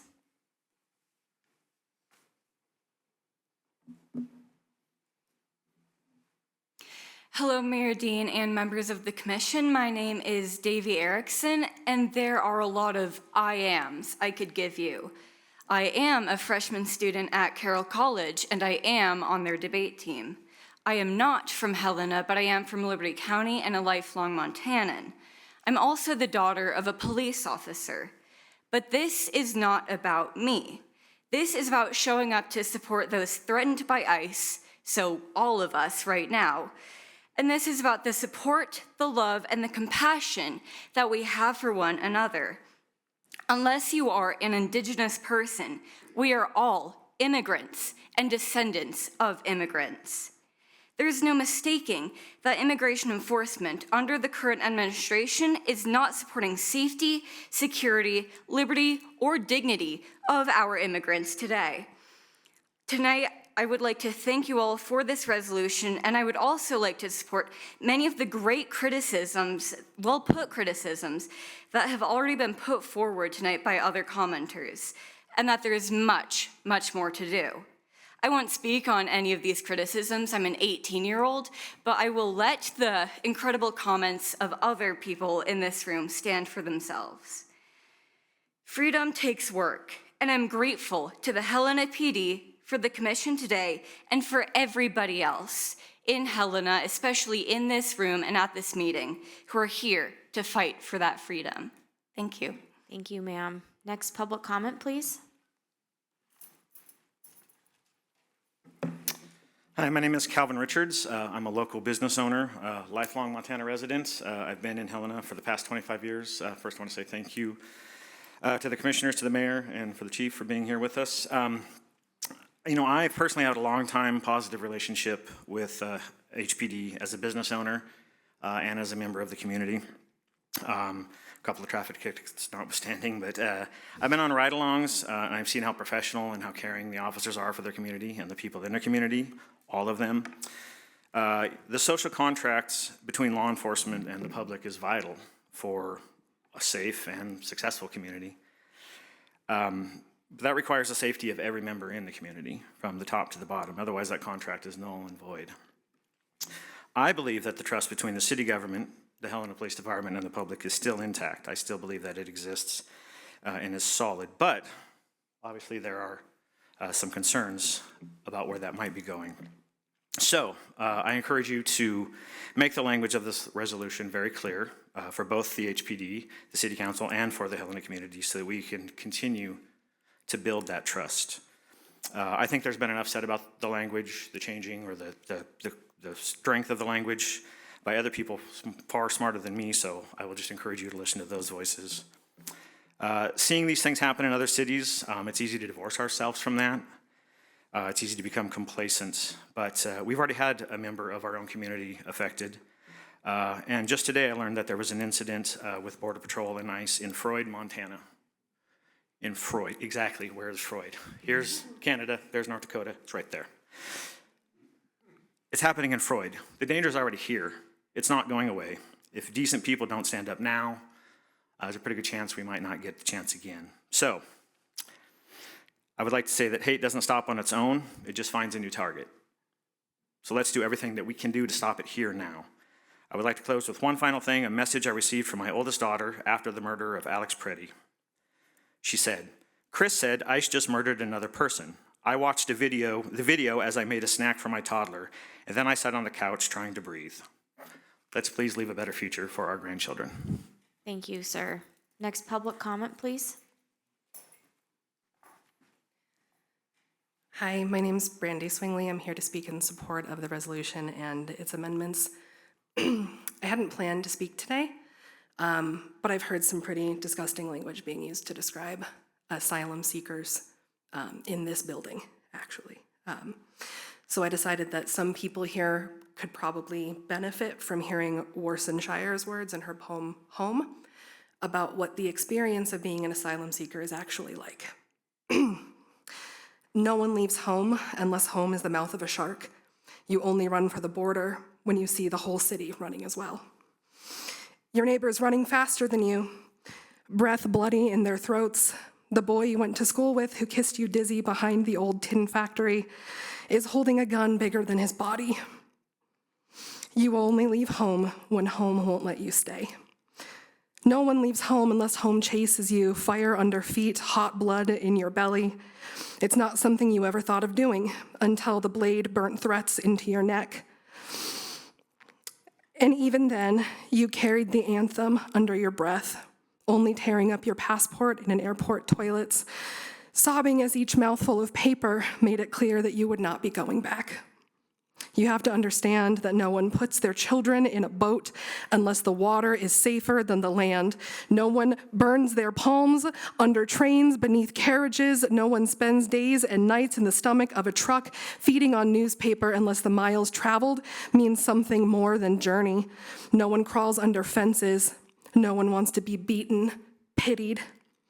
No one chooses refugee camps or strip searches where your body is left aching, or prison, because prison is safer than a city on fire, and one prison guard in the night is better than a truckload of men who look like your father. No one could take it. No one could stomach it. No one skin would be tough enough. The go-home blacks, refugees, dirty immigrants, asylum seekers sucking our country dry with their hands out. They smell strange, savage, messed up their country, and now they want to mess up ours. How do the words, the dirty looks roll off your backs? Maybe because the blow is softer than a limb torn off. Or the words are more tender than 14 men between your legs, or the insults are easier to swallow than rubble, than bone, than your child body in pieces. I want to go home, but home is the mouth of a shark, home is the barrel of a gun, and no one would leave home unless home chased you to the shore, unless home told you to quicken your legs, leave your clothes behind, crawl through the desert, wade through the oceans, drown, save, be hunger, beg, forget pride. Your survival is more important. No one leaves home unless home is a sweaty voice in your ear saying, leave, run away from me now. I don't know what I've become, but I know that anywhere is safer than here. And I do not want to see this country become that place. Thank you. Next public comment, please.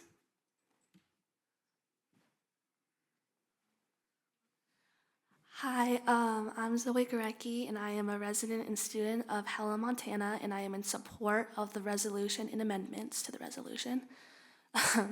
I learned that a common phrase used to describe the U.S. is a melting pot. Whether or not that is referring to ethnicity, religion, race, etc., it is undeniable that the U.S. is very diverse, and that's what it is intended to be. However, there has been a threat to this shown through the disappearing and murders of peoples in this country. More specific atrocities that have happened recently, including the baiting of people from their homes using their own children, and the aforementioned worst of the worst deportees being 5-year-old children. This feels far away often, but we have already had the deportation of a citizen of Helena and fear-induced in adults and students alike who are of color, one including one of my classmates who concerned friends have warned when they think they have seen ICE, fearing that they might be taken from their home. The absolute bare minimum that we can do is require ICE identifies themselves so we can at least assure ourselves that they are not vigilantes who wish to incite more harm. Thank you. Thank you. Next public comment, please.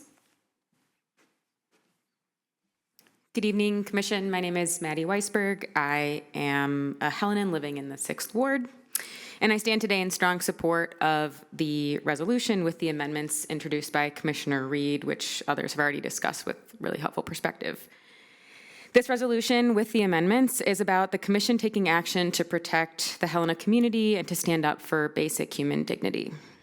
Last week, I was catching up over the phone with a friend who lives in a small town in North Carolina. She's white, her partner is brown. His family has origins in El Salvador. Together, they have 2 children, and they run a small business.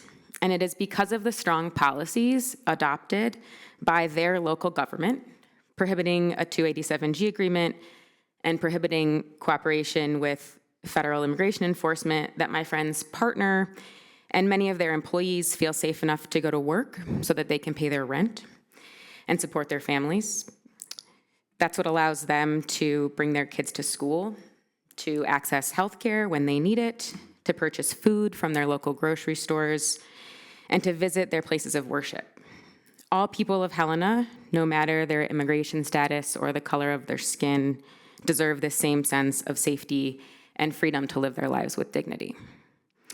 My experience in Helena has been that the people here care deeply to support our neighbors, even across our differences. Please pass this resolution with amendments to show that you do too. Thank you. Thank you. Next public comment, please. Thank you, Mayor and Commissioners, Chief.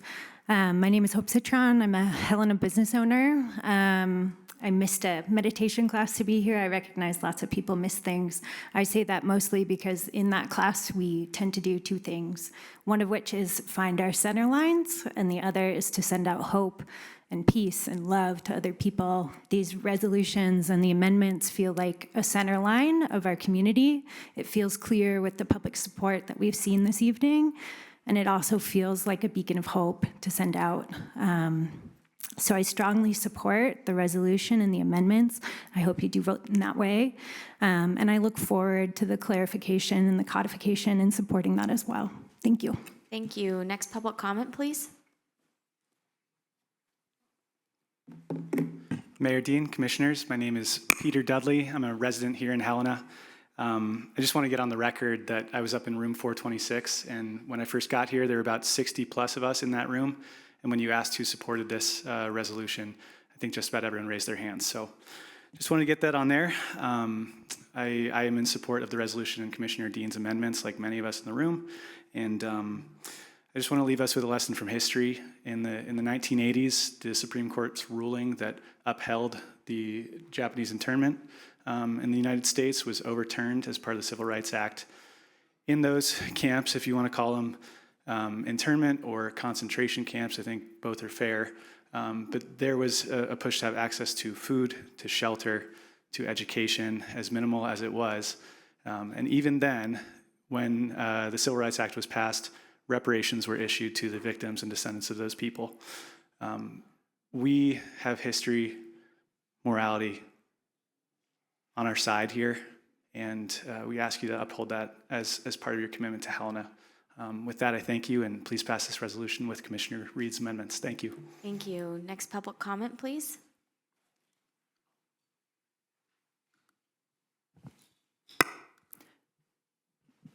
Mayor Dean and members of the commission, my name is Sean Rager. I'd like to thank you all for staying so late. I will try and keep it brief, but I'm here tonight to speak on behalf of the Montana Gender Alliance. We're an all-volunteer organization of trans, non-binary, and two-spirit people and their families living here in Montana. As a politically targeted community that has lived in increasing fear, we recognize and refuse to ignore it when we see it happening to other communities. We strongly support this resolution and the amendments, and we feel very strongly that this cannot be a last step, it must be a first step. On a personal note, one thing that I've seen in our support groups is that as terror, violence, and discrimination increase, so does the importance of local and community and vocal and visible support. Be it a pin on a collar, a statement from a business, it makes a big difference for all of us who call Helena home to know that we belong. We can find safety, levity, and joy amongst each other, and the best place for that to start is here at home in Helena. Thank you very much. Please pass this, and please do not let it be the end. Thank you. Next public comment, please. Sorry. You're okay. Mayor, Commissioners, Chief, Dan Wickens, former Helena resident. I actually did not plan on being here, but I'm here to ask that the resolution be tabled for further consideration. One thing I have not heard from anyone, there's a lot of emotion, a lot of people are very supportive of it, but I felt it was really important to provide some context and some numbers and some facts and some evidence with regard to what ICE actually is doing. All of this information comes from the Biden administration. I have a copy of one of their Office of Inspector General, DHS, OIG. It's called a management alert. I'm going to read the title. This is from August of 2024. So this is from the Biden Department of Homeland Security after they let in approximately 10 Montana's worth of undocumented immigrants. Part of that wave of 10 Montana's worth of undocumented immigrants was about 500,000 undocumented children. So the title of this report, and I will happily provide it to anyone in the audience afterward, Management Alert, ICE cannot monitor all unaccompanied migrant children released from DHS and U.S. Department of Health and Human Services custody. So part of what ICE is doing right now, and this is, again, per every news outlet, per the government, per the FBI, per everyone, is they're finding about 300,000 of those children that, as the Biden administration failed in managing them, they got them to sponsor so quick, many of them just were sent to gangs, they were being abused, raped. So if I was to speak for anyone here tonight, I guess I'm technically speaking for the 200,000 children that still are missing. ICE has found a billing's worth of those children. 129,000 of these missing children have been found by ICE. I know there's a lot of emotion in here. Just take the number of people in here and increase it by 100-fold, and that's how many of these kids are still missing. And ICE is finding them. I didn't hear that as people sat there and talked about how ICE is barbaric and all this other garbage. The last thing I'll say, this is one data point from a Republican Congressman, Eli Crane. The Biden administration, because they knew these children would encounter harm, they set up a hotline. And the hotline for these little kids to call had one person manning it. And the number of unanswered calls is more people than the entire Helena Valley, East Helena, Montana City. 65,000 unanswered phone calls from kids saying, I'm getting raped, I'm being abused. Please start wrapping up your comments, sir. I'm sorry? We are over 20 seconds. If you could start wrapping up your comments. Yeah, well, my last thing I'll say, since we're all so much big fans of being undocumented, if you're going to pass another undocumentation resolution, I'd love that when I get pulled over, I'd like to give Helena PD an undocumented driver's license with undocumented proof of insurance, an undocumented registration. All right, sir, please wrap up. We're almost a minute over. Thank you, sir. Next public comment, please. Thank you, Mayor, City Council, and the HPD here. I want to thank you for your personal sacrifices to serve our community. I have many friends on the Helena Police Department, and I love this community. I'm a lifelong Montanan, and I pride myself with that. When I go to other places, I'm proud of being a Montanan. So I love this community. I love the people in it. I thank God for President Trump and his leadership to straighten out the mess that the previous administration has brought to us and the 10 million plus illegal immigrants that have come in here. I feel like I'm the black sheep in here. I'm the only one besides the gentleman before me, but I have many other people that I've talked to that don't support the resolutions. Safe cities are those that have law enforcement officers and other law enforcement that work together. The terrorized cities are the ones where, unfortunately, the law enforcement officers are being pitted against each other. And that's insanity. That's what creates the unsafe. In Section 3, it states the racial profiling, the documentation of each stop, and to ensure compliance. I just wonder what this is. Does that mean that when the numbers come in, if there's too many of one race that's arrested, so if there's too many Caucasians, do we then think that we have to start arresting more Hispanics or blacks? I don't understand. That just doesn't make sense to me. In Section 4, our city attorney stated that the HPD doesn't have the authority to require the ICE agents to unmask and to identify them. So I just wanted to reiterate that. Immigrants are welcome here. The United States has always been a welcoming place for immigrants, and it's as long as they're legal. Everybody supports that. But when there's 10 million illegal immigrants that came across our borders, that has caused so many problems. And had that not happened with the previous administration, we wouldn't be in this debacle that we're in right now. There wouldn't be such heated arguments and polarization, which is so sad that that's happening in our country. Because I think our country's better than that. I think the media blows everything out of proportion, both on the conservative side and on the liberal side. And there's never anything that happens all the way to one side or the other. Since we're America, everything meets in the middle. And I believe that that needs to happen now. I do not support the resolutions, and I encourage you to not adopt them. Thank you, sir. Can you state your name for the record, Ted please? Khalid. Thank you. Yes, thank you. Next public comment, please. Madam Mayor, members of the commission, Chief Petty. My name is Jim Stipich, and I'm torn on this resolution, I will tell you that. Okay?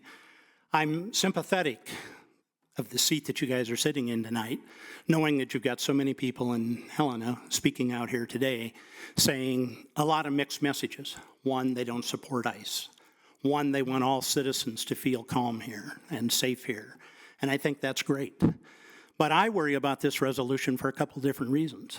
One, I think it sends a message that Helena in total, and in particular its police department, wants to move down the road towards isolationism. And I find that to be a problem. I'm concerned about immigration. I'm concerned about the safety of our citizens. I'm also concerned about the drug problem in Helena. And the step we've recently taken to say we don't want to participate in a broader group doesn't resonate very well with me. Okay? I don't understand all the rationale. I haven't had a discussion with that. But I'm concerned about that. And I think it goes a step further to send a conflicting message to the members of our Helena Police Department. You know, are they in the position now of interpreting, I can't enforce a federal law? Well, it appears that we're drawing a line that says we're not going to be involved in federal law enforcement, and perhaps that's our role. But more importantly, what happens the next time we do need help from someone from a federal agency? We go down the road of isolationism, and we need FEMA, and suddenly the federal government says, you don't want to support what we're doing here? You guys are in a thankless situation, and I feel for you, okay? You know, I think the amendments that were proposed tonight go a long ways further towards making this a more acceptable resolution. But if I were to ask one thing that you add to this resolution, it would be that you state that you believe in the laws of this country. Because I think the resolution as it stands today focuses so much on immigration and focuses so much on ICE, but the bigger picture of where we stand on laws in general is not addressed. So that's my ask. Thank you, sir. Next public comment, please. Hi, my name is Frankie Freilich. That last name is F-R-E-I-L-I-C-H. And I am here thanking you all for listening to the community and for putting forth this resolution. I'm also here representing myself, my friends who couldn't make it tonight, and the over 300 people here tonight to demand that you pass this resolution and the amendments. I've listened all night, and I've heard from lawyers in the room that all of this is legal. As I've said before in these commission meetings, this resolution just supports and helps to codify what HPD is already doing. So thank you so much for listening to us all, and please pass this resolution tonight. Thank you, ma'am. Next public comment, please. My name is Taylor Kriske Hall, C-H-R-I-S-K-H-A-L-L. I would like the commission to pass this resolution with the amendments put forth by MT4P and Melinda Reed. Oftentimes, most evil comes from a place of ignorance. I've never met somebody who believed they were wrong, regardless of what side they were on. But what's important is that we need to step up and we need to make sure that the people in this community are safe. And this resolution will be the first step in achieving that goal. I think a lot of people right now are experiencing a lot of emotions, but I can only imagine what our Black and brown people are feeling in our communities when they feel like they can't even go to a grocery store, or individuals who feel like they can't speak up because they feel that they will be executed in the streets. I mean, we need to say no to state violence, and we need to make sure that our local law enforcement are held to a higher standard and that they do not collaborate with an agency that essentially is occupying communities in this country. Thank you. Thank you. Next public comment, please. Good evening. My name is Laura Smith, last name spelled S-M-I-T-H. I am not accustomed to being on this side except when presenting bills, so I appreciate your time tonight. I have been listening to the testimony all evening from my home and was putting kids to bed and was in no clothing state to present to you and felt very compelled after hearing the testimony of members of our community and constituents in Senate District 40. That is the district that I represent here in Helena. I'm also a mom of 2 and a member of our incredible Helena community. As a former federal prosecutor and current state senator, I support the resolution because it is grounded in the rule of law and in the respect for the work of our local police while recognizing the differing rules of federal and local law enforcement. And I will say, I never thought that I would have to stand up and advocate for the rule of law and constitutional principles, but here we are. This resolution is focused on supporting our local police department and allowing them to do the job they are trained and sworn to do, to keep our community safe and respond to emergencies. This resolution ensures their limited resources remain focused on public safety in Helena. I support the resolution because it promotes constitutional principles, the rule of law, and the ability of local law enforcement to keep our Helena neighbors safe. I'm incredibly grateful for your work. I know this is not easy, and I'm very grateful to all the individuals and the constituents in our community here in Helena and beyond who have stood up and spoken to their values. I think this is an incredibly important moment in the history of our city, and I don't take it lightly. So thank you for your work. Thank you, Senator. Next public comment, please.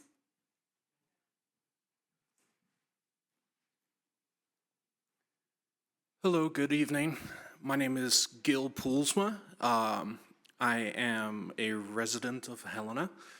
I'm also an immigrant, and I would like to say thank you to the mayor and the commission for being here. It's my first time attending, and I understand this is a bit later than it usually goes, and I really appreciate your guys' presence.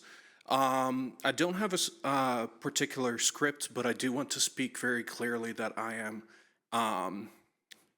speak as a proponent of the resolution and the amendments made. As an immigrant, I took that naturalization ceremony back in 2016, and part of that for me was a sort of oath to contribute to this country.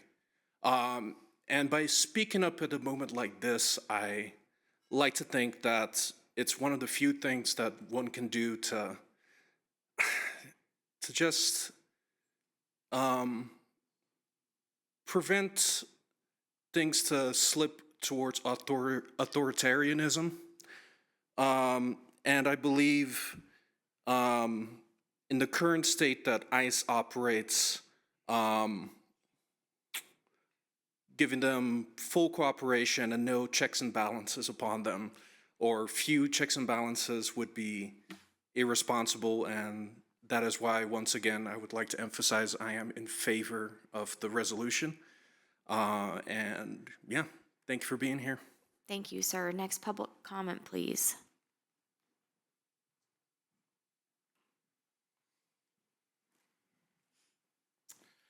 Mayor and Commissioners, my name is Kevin Ham. I'm a business owner here in town. I also represent Montana Pride, one of the largest events that happens in our fair city. Our community has been under attack for a while now, and it's interesting to see as the attacks have spread out and covered other parts of the community, we finally get a chance to stand up and say no more. You are in a hard position because you chose to be in a hard position. You have to make tough decisions. You must have a spine and stand up to the people who tell you, no, do the easy thing. No, step away. No, blame somebody else. It is uncomfortable to have to be here and talk about these things. And you have seen tonight the community stand up and say, we will not accept this. And we expect you to stand with us as our leaders, to step forward and say, we will not be a party to the destruction of our constitutional rights. We will not have in our employ officers who are forced to do illegal things, to do unconstitutional things. And we will stand, no matter how hard it is, and no matter how alone we feel. Because at the end of the day, if you don't stand now, there's no ground for you to stand on in the future. So, I appreciate that the number of people that have been here tonight is amazing. The quality of the people that have been talking is amazing.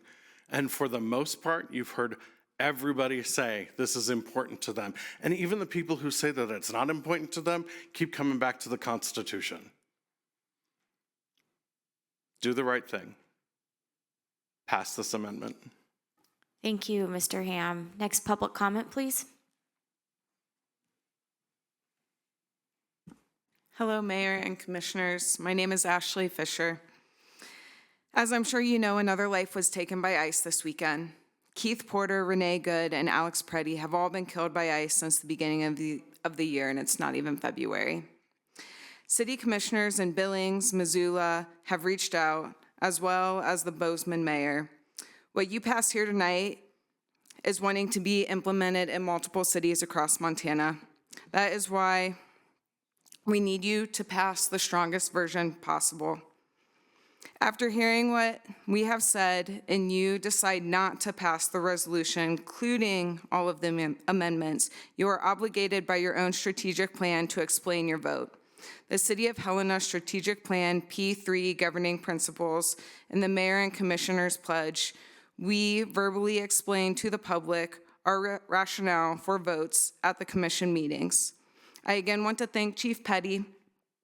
I do appreciate that you have clearly heard the Helena citizens and are taking the action you did on withdrawing from the commitment to the MRDFT due to the new policies of requiring HPD to work with Border Patrol. We greatly appreciate it. We would like to leave this commission with one final statement and read an extremely relevant poem called The First They Came by Lutheran pastor Martin Niemöller, post-World War II. First they came for the communists. I did not speak out because I was not a communist. Then they came for the socialists. I did not speak out because I was not a socialist. Then they came for the trade unionist. I did not speak out because I was not a trade unionist. And then they came for the Jews, and I did not speak out because I was not a Jew. Then they came for me, and there was no one left to speak out for me. In 2025, first they came for the trans and the immigrant communities. We all know how this story ends if we do not speak up now. All of us here today, around 300 people, and some were turned away and had to go onto Zoom, have had the courage and are standing in front of you to speak out. The big question is, will you have the same courage? Thank you. Thank you. If you have public comment online, would you please raise your hand? Okay, we're going to recess in a moment. Madam Clerk, can you tell me how many hands are raised?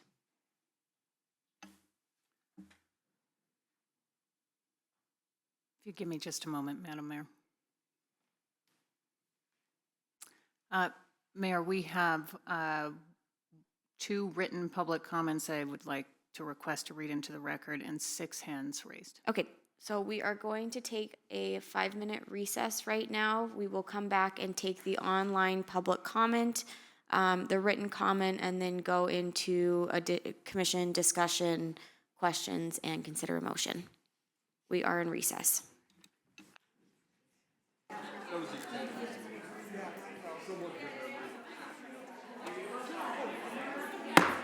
We're calling this meeting back to order. Please find a seat. Thank you. If you wish to give public comment online, please raise your hand. Our clerk of the commission will call on you in the order of your hand being raised. Madam Clerk. Madam Mayor, first with our hand raised online, I have Mary Ann Dunwell. Ms. Dunwell.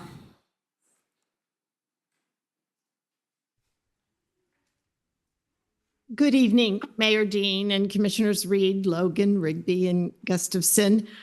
Thank you for the time you're investing in this. I'm Mary Ann Dunwell, a city resident and a state senator representing the eastern part of Helena, Senate District 42. Thanks for responding to the many calls to bring this resolution forward, to working on the amendments. It's been incredible, the time you've invested, as I said. We all remember what Mr. Rogers said. Remember good old Mr. Rogers? He said, look for the helpers. You, commissioners, mayor, and police chief Brett Petty have been the helpers on this issue. And tonight we saw the scores and scores and scores of people in Helena, maybe hundreds, who are the helpers, both in this building and online. Please continue that help and pass the resolution with the amendments. Just today, there's 6 degrees of separation. Just today, I talked with one of my constituents who has family in a suburb of Minneapolis. Even there in the suburbs, they're terrified. Yet they refuse to bow to federal bullying and intimidation, which, as we all know, is the real goal of terrorism, like we're seeing on the streets of Minneapolis. My constituents' family, they're rising above their fears and they're living their lives. They're getting out. She's working in the business that she owns. Her 2 teenagers are going to school. And I can't stop thinking how here in Montana, freedom-loving Montanans would feel if we one day faced what Minnesotans are facing. So let's hope that never happens. Yes, thank you for preparing. Please vote yes again on this resolution and the amendments. Thank you, Senator. Thank you, Senator. Next public comment, please. Next with our hand raised online, Madam Mayor, I have Trent Bolger. Mr. Bolger? Good evening, Mayor Dean and commissioners. I just wanted to pop in really quick and say I support you passing the resolution and the amendments. I also wanted to echo the very good points made by Councilors Rossi and Miller earlier in the evening. I think what the next step here is codifying some ground for, Chief Petty and his officers to stand on. One of the things that really could help would be to make it illegal to arrest somebody without being properly identified as a law enforcement officer in the city. For example, you have that power to make it so that DHS officers would have to unmask themselves and give names and badge numbers in order to make an arrest in your jurisdiction. I think that is probably very much the next step. The state of Montana, who has a 10th Amendment right under the U.S. Constitution, allows you to make those types of choices.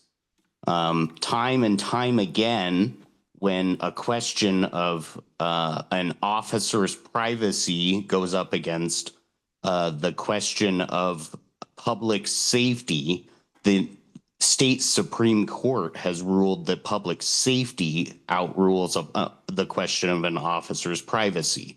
If you look at my written comments that I submitted, I cite at least a half a dozen cases where that is found. Thank you, and thank you for the tremendous amount of time that you have invested in this evening. Thanks. Thank you, sir. Next public comment, please. Next, with their hand raised online, Madam Mayor, I have Catherine Kelly. Ms. Kelly? Hi, my name is Catherine Kelly. Thank you all for being here and for your work getting us to this point so far. Someone mentioned that taking action here would put Helena in the crosshairs of the federal administration. I don't believe that this fear is a sound reason for declining to take action here, given the circumstances at large and given the community showing in support of the resolutions and amendments tonight. I support the resolution as well as the amendments proposed by Commissioner Reed and Montana for Palestine. Thank you for your time tonight. Thank you, ma'am. Next public comment, please. Next, with their hand raised online, I have Dustin Gerke. Please go ahead. Good evening. Thank you for your time. My name is Dustin Gerke. I'm a citizen of Helena. I just wanted to voice my support for this resolution and the amendments, as well as the possibility for further action that would help protect the citizens of Helena from mass DHS agents that have shown a proclivity for violating the Constitution and a willingness to execute people in this street. Thank you. Thank you, sir. Next public comment, please. Madam Mayor, next with their hand raised online, Shelley Holland. Ms. Holland?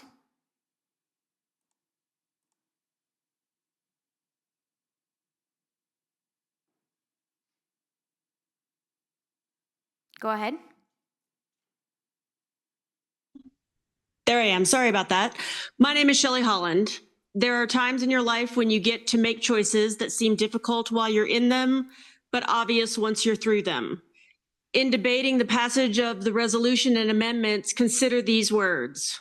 The actions of ICE that we are witnessing now will be impossible to defend without shame.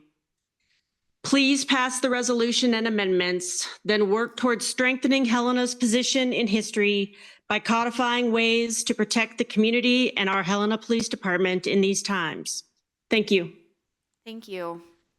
Next public comment, please. Next, I have Caitlin Carroll. Ms. Carroll?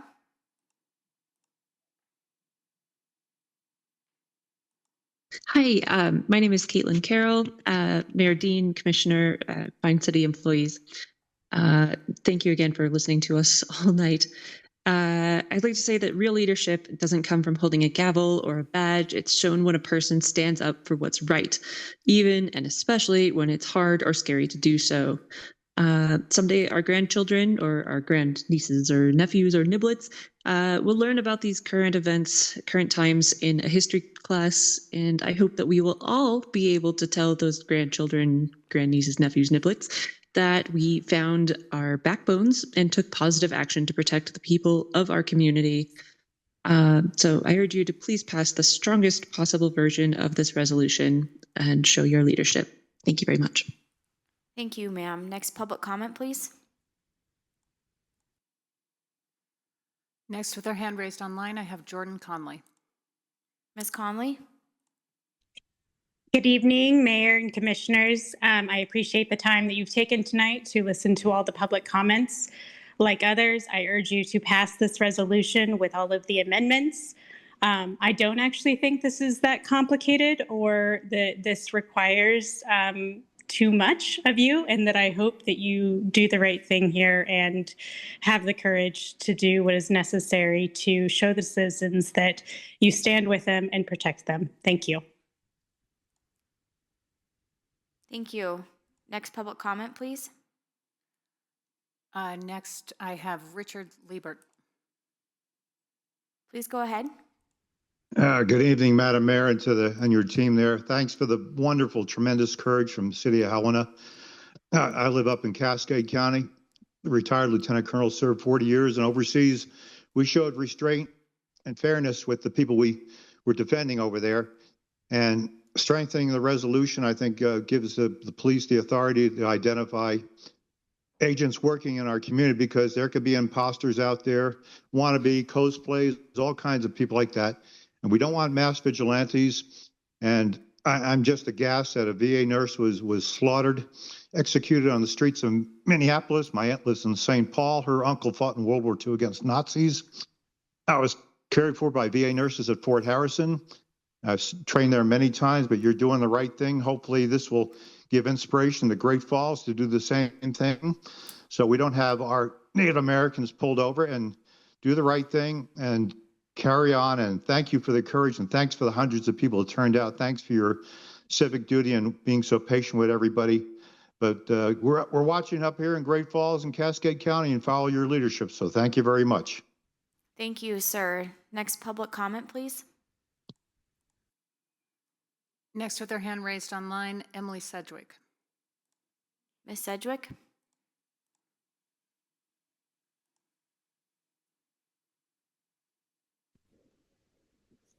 Please go ahead. Hi, my name's Emily Sedgwick. Can you hear me okay? We can, yes. Okay, thank you. Thank you, Mayor and Commission, for being here tonight. I just wanted to simply say that I support the resolution and encourage strengthening and clarifying the amendments, and thank you to everybody who showed up to comment tonight. Thank you. Next public comment, please. Next hand raised online, I have Ella Lunny. Please go ahead.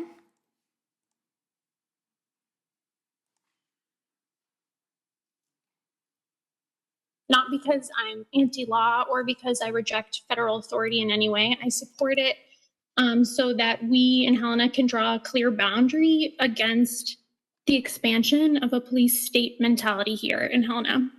ICE undermines due process. It erodes trust in local law enforcement, and it expands federal power at the expense of local democracy. But I do believe that these amendments do not go far enough. I think that the resolutions and what everybody has been saying with stronger language should be put into the resolutions. But I think that it is a step towards transparency, but it's not enough. I think the City Commission has the authority to set limits for local cooperation. And I think that Helena Police should require a judicial warrant before assisting ICE in any capacity. That is with detainments, that's with paperwork, anything. I don't feel like our local resources should be used in a way that undermines due process and erodes public trust. Thank you. Thank you, ma'am. Next public comment, please. The last hand I have raised online is Lauren Sweeney. Ms. Sweeney? Hi, my name's Lauren Sweeney, and I'm here as a resident of Helena, and urge you to support the resolution with the amendments. And I agree with earlier comments that this is a great start, but there is a lot more work to be done. So thank you for your leadership and your support of this resolution. Thank you, ma'am. All right. Is there any additional public comment? Any additional public comment?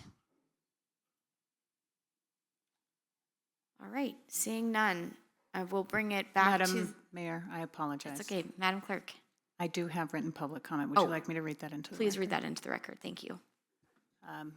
First, with a public comment online, Peter Ford, how will HPD officers determine the identity and validity of an alleged ICE agent in a public confrontation to determine if the agent has valid credentials? Next, I have Mandy Needham. My name is Mandy Needham, resident of Helena. Thank you, Mayor and Commissioners, City Attorney, and Helena Police Department. I echo many of the comments made tonight about the fear and anger that has come with the abhorrent practices, of ICE and impact on the residents of the cities they invade. I have the pleasure of knowing and caring about many wonderful people at risk in our community.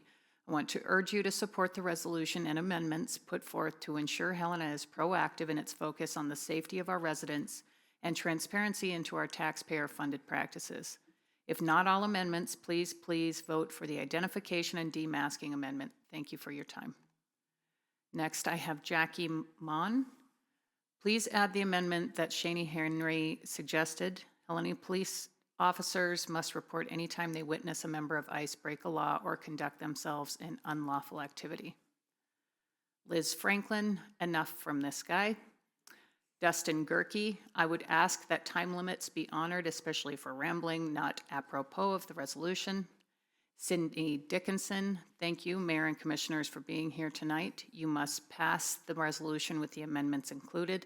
As a local community, I ask that we continue to strengthen the language within the amendments and resolution. I echo others in that this is a first step. We must require that ICE identify themselves in our community for the safety of our community. I appreciate your time and commitment to our community. Alexandra Steele. Mayor and Commissioners, my name is Alexandra Steele, and I am representing myself as a resident of Helena. I am commenting in support and encourage you to support the resolution and its amendments. ICE has continually attacked immigrant communities across the country using aggressive, inhumane, and unlawful tactics. I encourage the city to do everything possible to protect the rights of the people in our community and stand up for basic human dignity. I ask the City of Helena to show strong leadership, protect and serve the community of Helena. Thank you. Megan Strawn. I don't have a microphone, but would like to be on the record as being for the resolution with the amendments. Megan Rogers. I would like to make a public comment thanking the Commission, HPD, and everyone committed to showing up and sharing their thoughts on the resolution. We are so lucky to have a community like this one. I'd like to show my support for the resolution and its amendments due to the hard work over the past many months to show what Helena stands for. Heather Hill, I would like to support a do pass on the resolution this evening. Thank you. Alex Paul, I do not support the resolution. Some others may have made the point that ICE is arresting illegal immigrants. The cities who have declined or even fought against removing these criminals from our country have lost us a lot. We must remove the criminal aliens from our country. I would also like to point out the large number of supporters of this resolution are the same people who pushed Helena to defund our police altogether. Minister Williams, I support the resolutions and I support everyone in this difficult time. Madam Mayor, that is all the public comment I have in written form online. Great, thank you. We will now bring it back to the Commission for additional questions and comments. Are there any questions or comments from the Commission? I do have two questions. My first question is for City Attorney Doctor. Can you talk a little bit about, and this is in reference to some of the thoughts that have come up during public comment, can you talk a little bit about where the line is in terms of us being able to compel any federal authorities, including Immigration and Customs Enforcement, to identify, demask, follow orders of local police? Mayor Dean, thank you. Yes, the Supremacy Clause of the United States Constitution provides that any valid federal laws on the books override any state or local laws. And so there are roles and jurisdiction and authority of federal officers to exercise under immigration laws, which is one of the very broad federal laws that apply and are only reserved to authority of federal officers. And for any interference in that activity would whether by law passed here or state law that could be conflicting, that law is preempted by federal law. So if we were to compel compel our officers to request, if that's seen to be conflicting with the immigration laws, it would be overridden and preempted by federal law. In addition, if I may, 18 U.S.C. 1, subsection 111 is the obstruction of justice that applies more broadly to any activity that could be seen as interfering with the official actions of federal officers. And that would be what I spoke of earlier when I said I would be concerned with compelling that action of an officer because it could be seen as obstructing justice if an officer is in the course of his federal, acting under his federal authority. So. Okay, thank you, City Attorney. And then a question for Lieutenant. I wonder, we heard a couple hypotheticals. Can you talk about how HPD would approach some of the hypotheticals that were discussed around not knowing who people are or people being dragged into a car? Can you talk a little bit about how you handle that? Yes, Mayor and Commission. I have heard some of those hypotheticals, specifically to the, anybody could dress up and play an ICE officer and start kidnapping people off the street. I believe that's the hypothetical you're speaking of. We've come up to this problem before in law enforcement with some legal authority. Bail bondsman is a good example where people didn't realize who they were, so they'll call law enforcement. We won't just, if we get that call or if we happen to come across it, we are going to take action. That is not a situation where we're going to just see somebody dressed up like an ICE officer and we assume that they're ICE and we just let them be. We are going to determine, obviously, what is going on in that situation. And I could tell you, based off my historical work with the federal government in general, and federal law enforcement agencies, there is some deconfliction that goes on a lot of times with these cases. And if we were to get a call from a general citizen and they called us about a bunch of masked men dressed up and pulling people into in cars and things like that, one, we're going to send responding units to that, but two, there's a likelihood that we've already been notified, possibly. But obviously, when the officers do get on scene, if they are legitimate law enforcement personnel, again, historically, and what I believe would happen here locally, was that those law enforcement officers, the federal law enforcement officers, would engage with our patrol officers and explain what they're doing and who they are, because they don't want to get into a confliction situation where law enforcement is now fighting each other. So I guess to rest assured for some of the concerns is that if people do see that on the streets, where there's people dressed up like that, federal law enforcement officers are dressed up like ICE agents, and they are doing the things described as far as pulling people into cars and arresting people. Obviously, we are going to look into that. We're going to find out what's going on. Now, how far we go from there is a different matter, as far as then do we start, if it's not appropriate for us to get into their operation essentially and start demanding that they take their masks off or requesting that they each individually take their masks off, that's a completely separate issue for me, I guess. But as far as to make some of the concerns alleviated, if you will, we are not going to just turn a blind eye just because we think they might be ICE or federal officers. We are going to respond and figure out what's going on. Okay, thank you. All right, additional questions or comments from the commission? Commissioner Reed. Thank you, Mayor Dean. Is it okay if I ask a procedural question, just for clarity? Sure.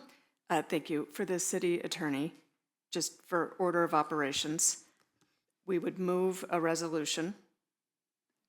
If there is a second, at that time, there would be a move for amendments. Is that accurate?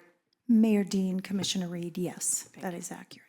And then you, just to follow up, then you deal with the amendments first, and then okay. Thank you. Okay. Any additional comments or questions from the commission?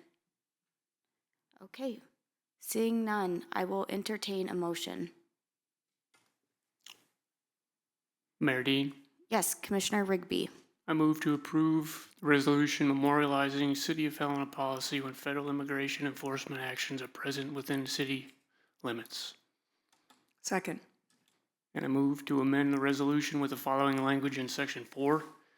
The Commission supports the actions of the City of Helena Police Department to request the identification and unmasking of each Department of Homeland Security officer when, in the Helena Police Department officer's sole discretion, the officer feels it will not be interfering with the action of federal officers exercising their jurisdiction. I'll second that for purposes of discussion. Okay, so we are on the amendment as proposed by Commissioner Rigby. Is there any comments or or questions from the commission? Yes. Can I Commissioner ask? Gustafson. Thank you, Mayor. Can I ask Commissioner Rigby to repeat his, oh, look at that. Can they see that? No, okay, sorry. I would ask Commissioner Rigby to repeat his motion and to make sure, thank you.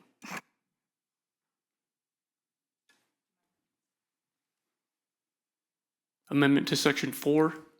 The Commission supports the actions of the City of Helena Police Department to request the identification and unmasking of each Department of Homeland Security officer when, in the Helena Police Department's officer's sole discretion, the officer feels it will not be interfering with the action of federal officers exercising their jurisdiction.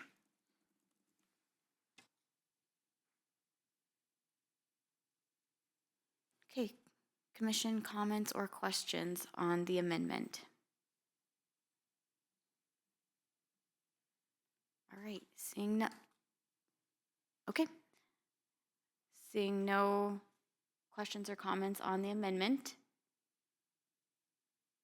Madam Clerk, would you please call the roll on the amendment as read by Commissioner Rigby? Commissioner Reed. No. Commissioner Rigby. Aye. Commissioner Gustafson.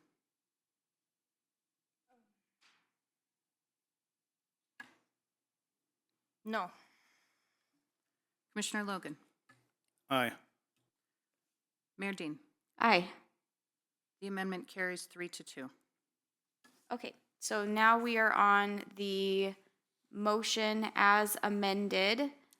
So now Section 4 reads, the commission supports the action of the City of Helena Police Department, etc., as amended. Sure, Commissioner Reed? If I have additional amendments, do we vote on this amendment and then go again? So this amendment has just been passed. If you Right. have additional amendments, you can move to twice amend the motion that's on the floor. Then I would like to move to twice amend the motion that's on the floor. Can you read your amendment? I would love to. The proposed amendments I have, and I will speak specifically to the amendment that just passed, but first, Section 3, consistent with Section 42-2-117, thank you, MCA, Helena prohibits racial profiling and has a policy requiring documentation of each stop, race, ethnicity, and reason for each stop to ensure compliance with this policy. Aggregate data the department collects pursuant to 42-2-117 shall be posted annually to the City of Helena website. Section 4, and it is a slight variation from what has just been proposed, so I will move it separately. The Commission supports the policy that the City of Helena Police Department will request the identification and unmasking of each Department of Homeland Security officer. When making these requests, the Helena Police Department and its officers may exercise their sole discretion to avoid the obstruction of justice and will not interfere with the actions of federal officers. And adding a new Section 6, the city will track the number of times the Helena Police Department officially coordinates with federal immigration officers, including responding to a request for assistance, and publish this on its website in an annual report to the City Commission. And if I might briefly explain the difference in Section 4, just for clarity's sake. Sure.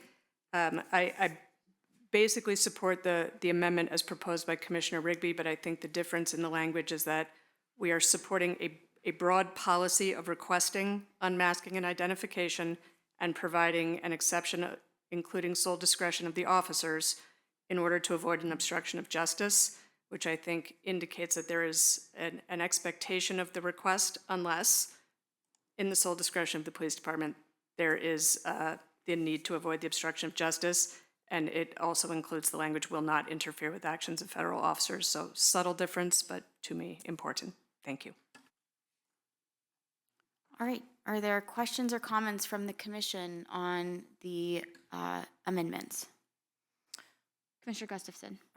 Thank you, Mayor. I think I heard Commissioner Reed saying that she would do Section 4 separately, or did I hear that all three of these are one amendment with these three changes?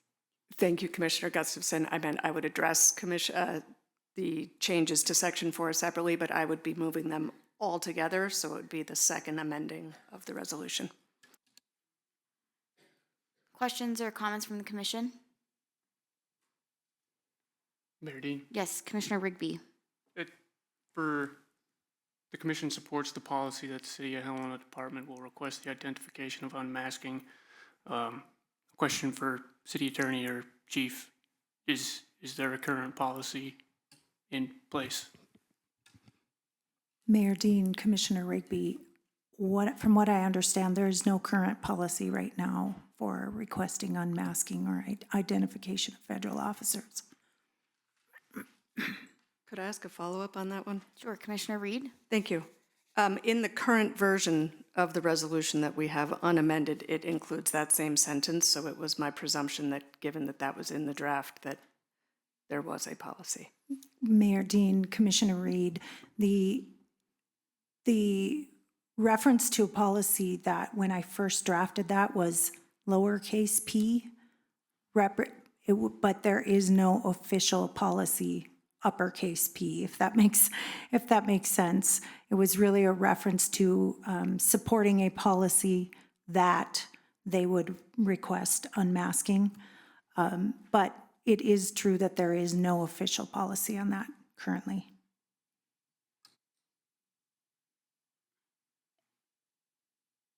And is there comments?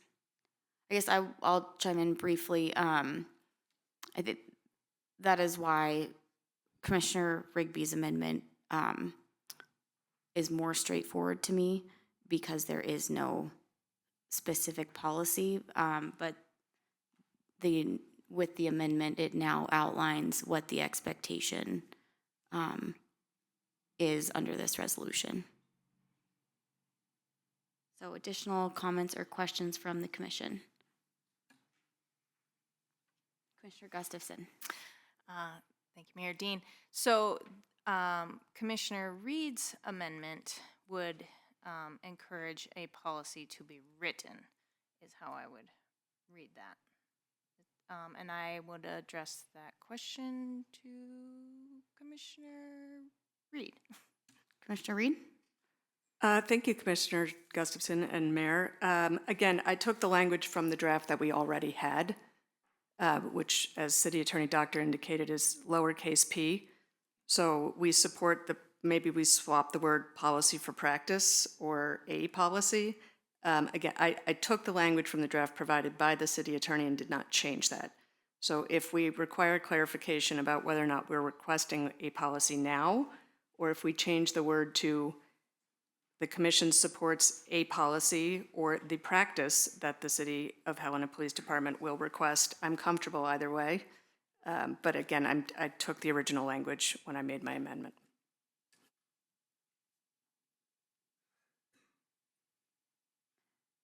Additional questions or comments?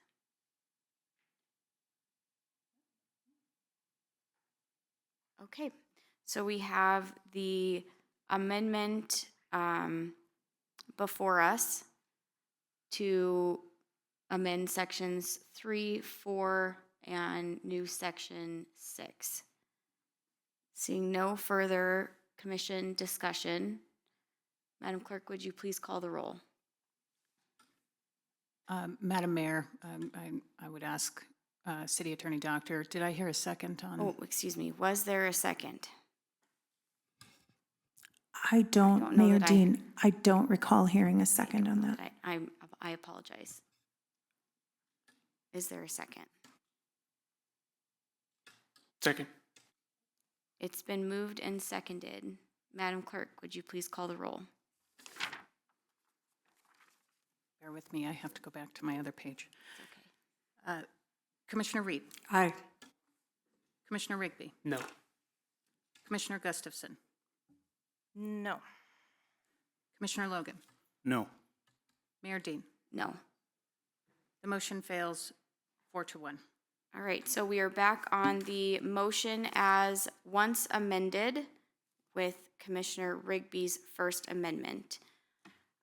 Is there comments on the motion as amended?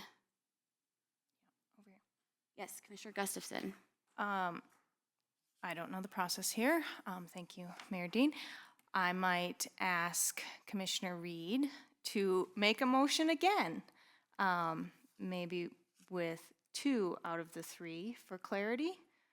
Make an amendment, excuse me, again, with Section 3 and Section 6 and not Section 4. Already planning on it. Great. Thank you. Didn't need to say anything. Thank you. Mayor Dean, I would like to move to thrice amend the resolution. I move to amend the resolution with Section 3, consistent with Section 44.2-117 MCA. Helena prohibits racial profiling and has a policy requiring documentation of each stop, race, ethnicity, and reason for stop. To ensure compliance with this policy, aggregate data the department collects pursuant to 42.2-117 shall be posted annually to the City of Helena website. And new Section 6, the city will track the number of times the Helena Police Department officially coordinates with federal immigration officers, including responding to a request for assistance, and publish this on its website in an annual report to the City Commission.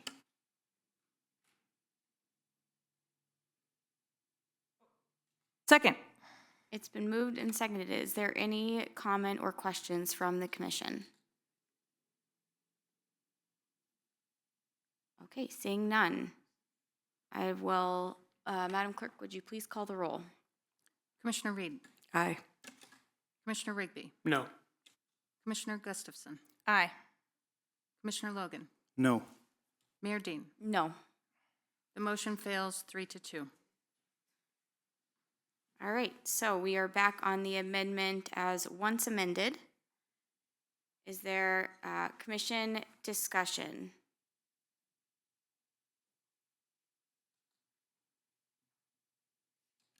And if there are no further amendments, this will be the last opportunity for commission discussion before the roll call on the motion as amended.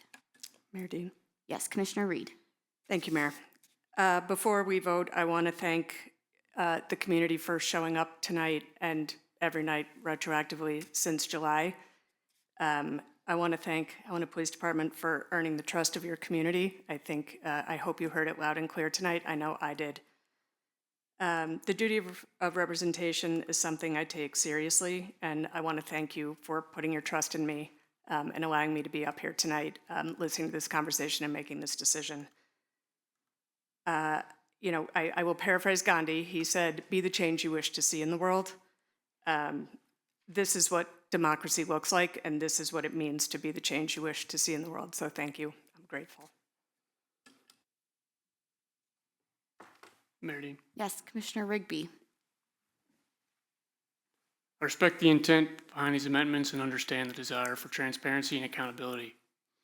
People want trust in their local law enforcement, and that matters. Like many of you here tonight, I've spent a lot of late nights thinking and reading about this over the past several months. I don't want any of you to think that I have not done my homework or that I haven't been listening. I have. I understand why so many of you are here tonight. You're here seeing things happen in our country, and that makes you nervous. And I recognize that. I respect that you keep showing up, and I respect your passion you have for Helena and the empathy for people who feel most vulnerable. But I want to be careful about how we talk about this. I do not want to turn the real people in our community into an example or a headline or a talking point. The whole point was this resolution was to help people feel safe. That includes not putting the exact people we are trying to protect under a brighter light. I share the concerns that you brought here. My top priority is to make sure wholeheartedly that we keep Helena safe and that people feel safe here. Helena Police Department is already stretched thin. They're already operating under existing law and existing policy. The resolution in front of us was meant to memorialize current city policy and current HPD practices. It was not meant to build new reporting programs or new operational mandates. The revised Section 3 amendment would require that the city post aggregate data annually related to racial profiling statute. This principle is not an issue. Racial profiling is wrong, and it's already prohibited. It's already something that law enforcement is required to address through policies, documentation, training, and complaint processes. The problem is this creates a new annual posting requirement without defining what the data really looks like, how it's compiled, what level of detail is expected, and how privacy is protected. Aggregate data can be still very sensitive in a small community like ours. It can also be misunderstood. It creates an exception that the city will publish something every year, no matter what, even if reporting systems or staffing changes. That is another administrative requirement for a short-staffed department, and it is not what this resolution was meant to do. The revised Section 4 amendment language still turned the expectation that HPD will request the identification and honest masking of each DHS officer. HPD does not have the jurisdiction over federal officers. The city should not adopt language that creates a public expectation that HPD can control federal operations. The addition of avoid obstruction of justice also concerned me. Officers should not be put in a position of making legal judgment calls in the moment based on vague language in a resolution, especially in a tense situation. The cleaner approach is discretion, professional judgment, and not a blanket expectation. The Section 6 requirements tracking when HPD officially coordinates with federal immigration enforcement includes responding to a request for assistance and when publishing an annual report. The terms are not defined to me. Officially coordinates is also very vague. Immigration enforcement can be interpreted in very many different ways, and a request for assistance can also mean a lot of different things. To me, when language is vague, it creates confusion, inconsistent tracking, and public misunderstanding. It creates more administrative work for a department that is already stretched thin, and it risks makes people feel less safe because it draws more attention to these interactions when the city does not control them or even want them. I've absolutely heard the concerns you've brought here tonight, and I take them very seriously. In a time where we are seeing more division, we need us to come closer as a community, and I think the base resolution reiterates that. We need to be we need to be uniting as a community to protect our most vulnerable.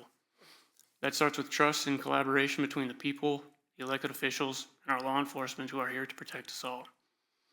People in Helena deserve to feel safe. People deserve to trust their local law enforcement, their local government, and trust their police department. The way we could get there is a clear policy that matches what we really can actually do, that follows the law, and does not put our officers in danger. The public and the most importantly, the most vulnerable people in our community. Thank you.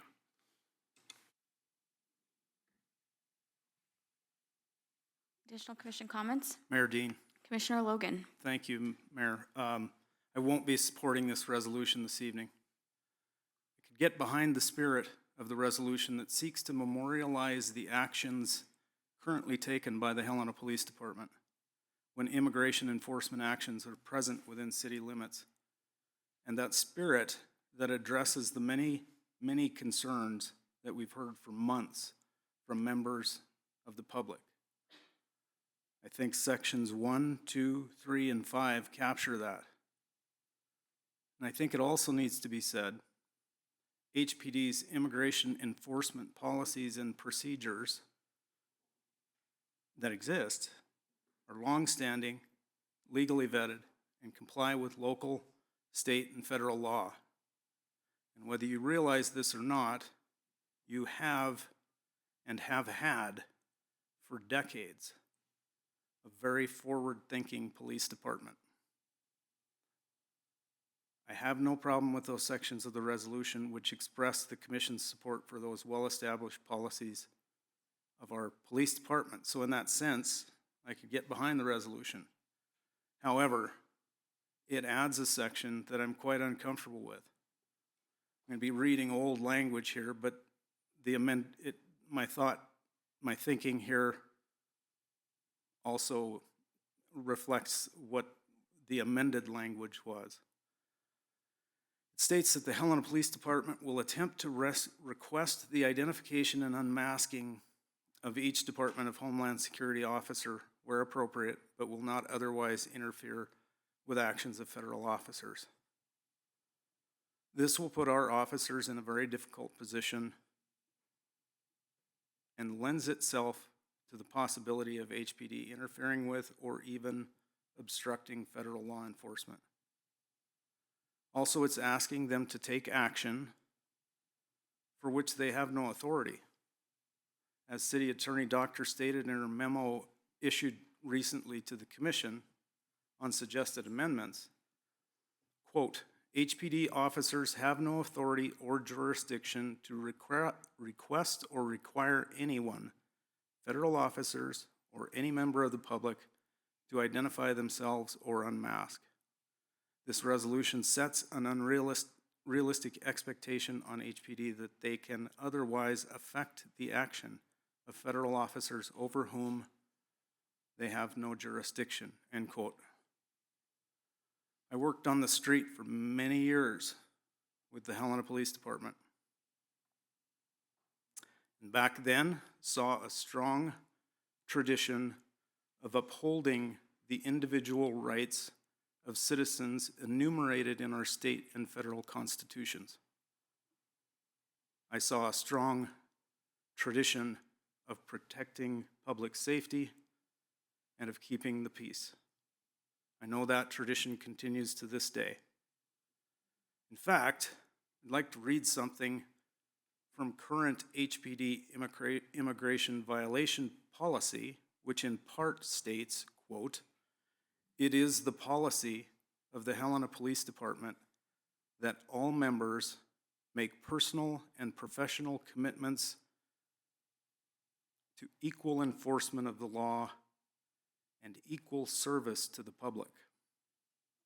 Confidence in this commitment will increase the effectiveness of this department in protecting and serving the entire community and recognizing the dignity of all persons, regardless of their national origin or immigration status," end quote. I think HPD has clearly demonstrated their long-standing commitment to equal justice under the law. I'm confident in the leadership and officers of the Helena Police Department that that tradition will continue well into the future. Thank you, Mayor. Thank you, Commissioner Logan. Commissioner Gustafson. Thank you, Mayor. I don't have my comments typed up, so bear with me at this late hour. Before we vote on this resolution that I am in support of, I just want to acknowledge again the collective experience that we had here tonight. When's the last time you all were in a building with 300 people talking about the same thing?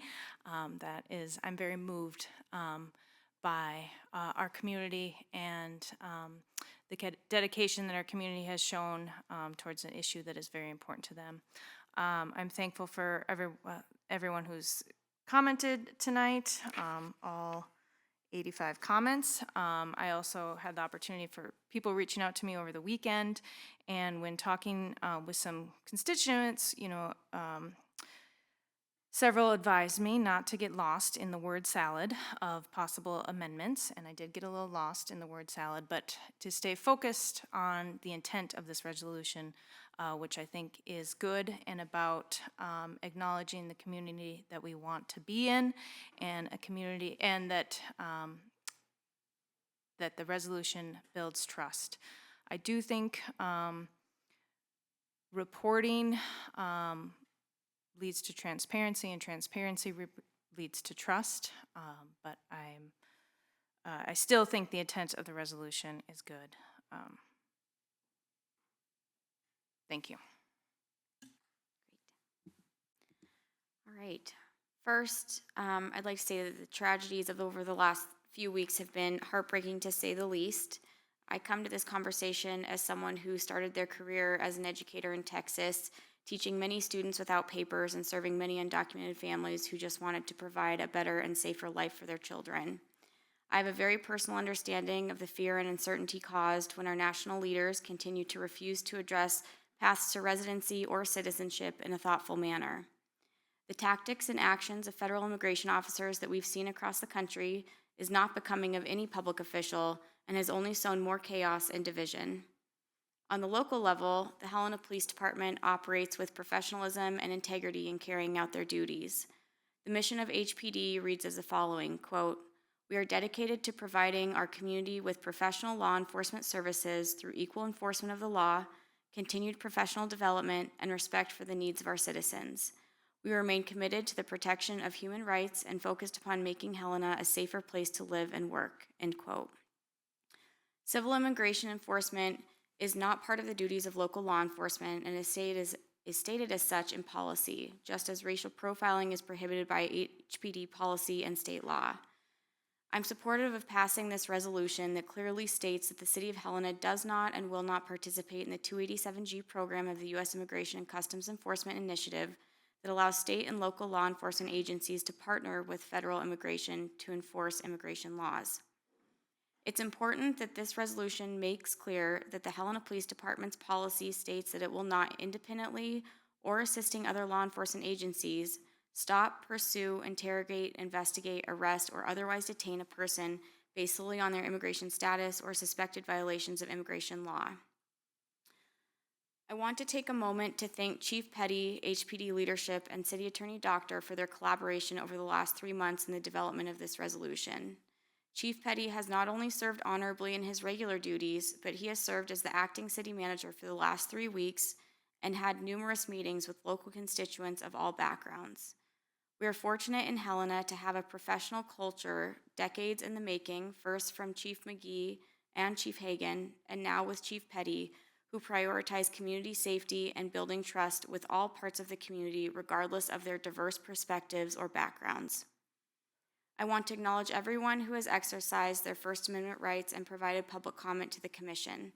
I hope that you will provide similar comments to your members of Congress who are responsible for passing the laws that govern federal law enforcement and immigration law, including the Senate, who is right now has a funding bill directly related to immigration enforcement before them in the next coming weeks. I'm very grateful to everyone who has stayed until 10 p.m.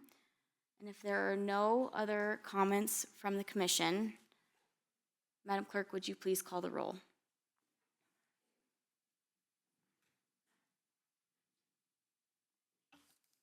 Commissioner Reed. Aye.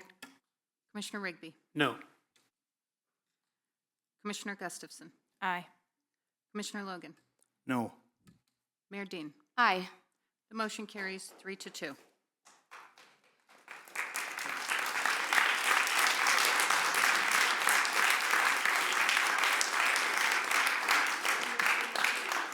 All right, so we have public hearing item A. And I'm looking to the clerk of the commission. Will this be presented by the city planner via Zoom? Madam Mayor, Commissioners, yes, I have Planner Goodrich online, and I will spotlight his video for everyone. Okay, so I will read. You can change your. Madam Clerk, briefly, we have a request for a vote change. I think there was confusion about the amendments versus the. Yeah, that's my fault. So. That's okay. Please keep your comments professional and within the decorum of the chamber. Can we re-say what we were voting on? I apologize. Madam Mayor, I would defer to the city attorney on how she'd like to handle the request by Commissioner Rigby. Mayor Dean, commissioners, we already have a vote. Sure. And so what is the request? What was the request? I think he thought that it was the second amendment and not the motion as amended. Oh, I see. Okay. I guess you could retake the vote, clerk. So my original one? Madam Mayor, I guess I would ask for the restatement of the vote that we are currently taking, which is, as I understand it, the original resolution with the Rigby amendment that modifies Section 4. Is that correct? That's correct. And with City Attorney's counsel, I would, at this point, I have a motion and a second by Commissioner Reed. With your permission, I'll call. We're still waiting on comments. What was that? I didn't second the re-request. Oh, I'm sorry, you're saying that's where we started? Yes. So we're starting from there. Can you put your mic on? So we don't need to move to revote. I apologize. I understand. Yes, so the original motion was to open the vote and put the original resolution on the floor. That was seconded by Commissioner Reed. And so Section 4 amendment by Rigby was seconded by Commissioner Logan. That amendment carried 3-2. So now we are asking for a motion to adopt the resolution as amended. That is correct. Okay.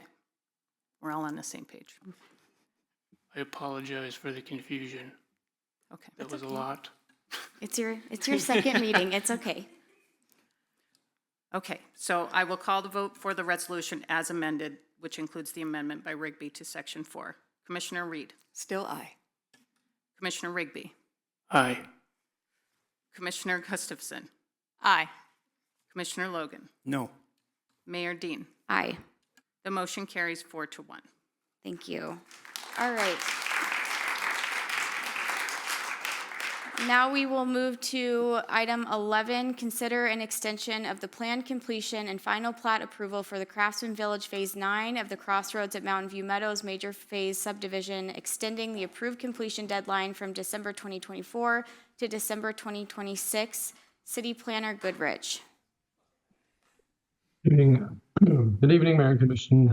Pardon my voice. And I did just want to say, following all this, it's a lot of pressure, but I'm just going to keep it simple, add my 2 cents. Courage, pride, and passion that's been demonstrated and witnessed this evening reinforce why I'm honored to serve this community. Just wanted to put that out there. So yes, we are considering an extension of the plan completion and final plat approval of Craftsman Village Phase 9 of the Crossroads at Mountain View Meadows. The general location of Phase 9 of Craftsman Village is at the southeasternmost boundary of city limits, more specifically east of the intersection of Janet Rankin Drive and Swift Current Street, directly south of Phase 8, within the Craftsman Village portion of the Crossroads at Mountain View Meadows subdivision. A little background and history on this phase extension. On April 10th, 2023, City Commission approved the pre-zone, a resolution of intent to annex with annexation conditions, and the preliminary plat with conditions for Craftsman Village Phases 8, 9, and 10 of the Crossroads Mountain View Meadows subdivision. As part of the overall major phase subdivision, a phasing schedule was presented and approved with preliminary plat action. The phasing schedule was as follows. Phase 8 was planned to be completed December of 23. Phase 9 was planned to be completed December of 24. Phase 10 was planned completion for December 25. On May 22nd, 2023, the City Commission approved the commencement request for Phase 8. On September 12th, 2024, following the completion of subdivision improvements and review, the City Commission approved the final plat for Phase 8. Phase 9 was approved under the same preliminary plat and phasing schedule. However, it has not yet proceeded to final plat, and development sequencing within the overall subdivision has been influenced by market conditions and construction constraints, resulting in Phase 10 advancing ahead of Phase 9. Therefore, infrastructure plans for Phase 9 were approved by the city on February 2nd, 2024. And the applicant is now requesting an extension of the approved phasing plan for Phase 9, extending the phasing schedule deadline from December of 24 to December of 2026. And the requested extension is intended to align the Phase 9 final plat timeline with overall construction scheduling and engineering review timelines. No changes are proposed to the approved preliminary plat layout, conditions of approval, or previously evaluated primary criteria impacts. At this time, we do not have any public comment.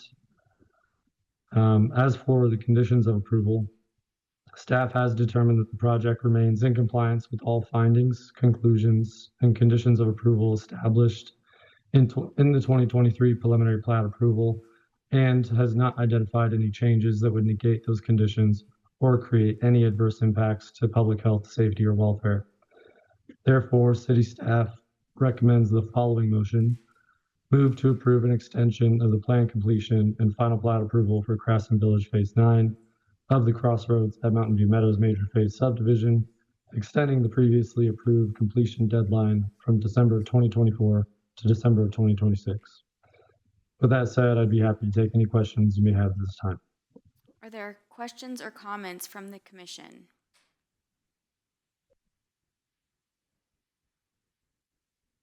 Seeing no questions or comments, is there any public comment?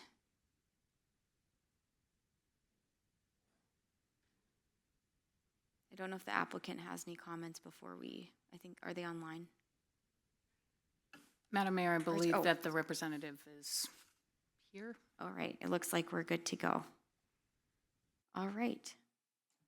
Seeing no public comment, any final discussion or questions from the commission? All right, I'll entertain a motion. Mayor Dean, Commissioner Reed. I move to approve an extension of the plan completion and final plat approval for Craftsman Village Phase 9 of the Crossroads at Mountain View Meadows Major Phased subdivision, extending the previously approved completion deadline from December 2024 to December 2026. Second. It's been moved and seconded. Any final comments or questions? Seeing none, Madam Clerk, would you please call the roll? Commissioner Reed. Aye. Commissioner Rigby. Aye. Commissioner Gustafson. Aye. Commissioner Logan. Aye. Mayor Dean. Aye. The motion carries 5-0. All right, and that brings us to item 12, public comment. Is there any general public comment on any items not on tonight's agenda?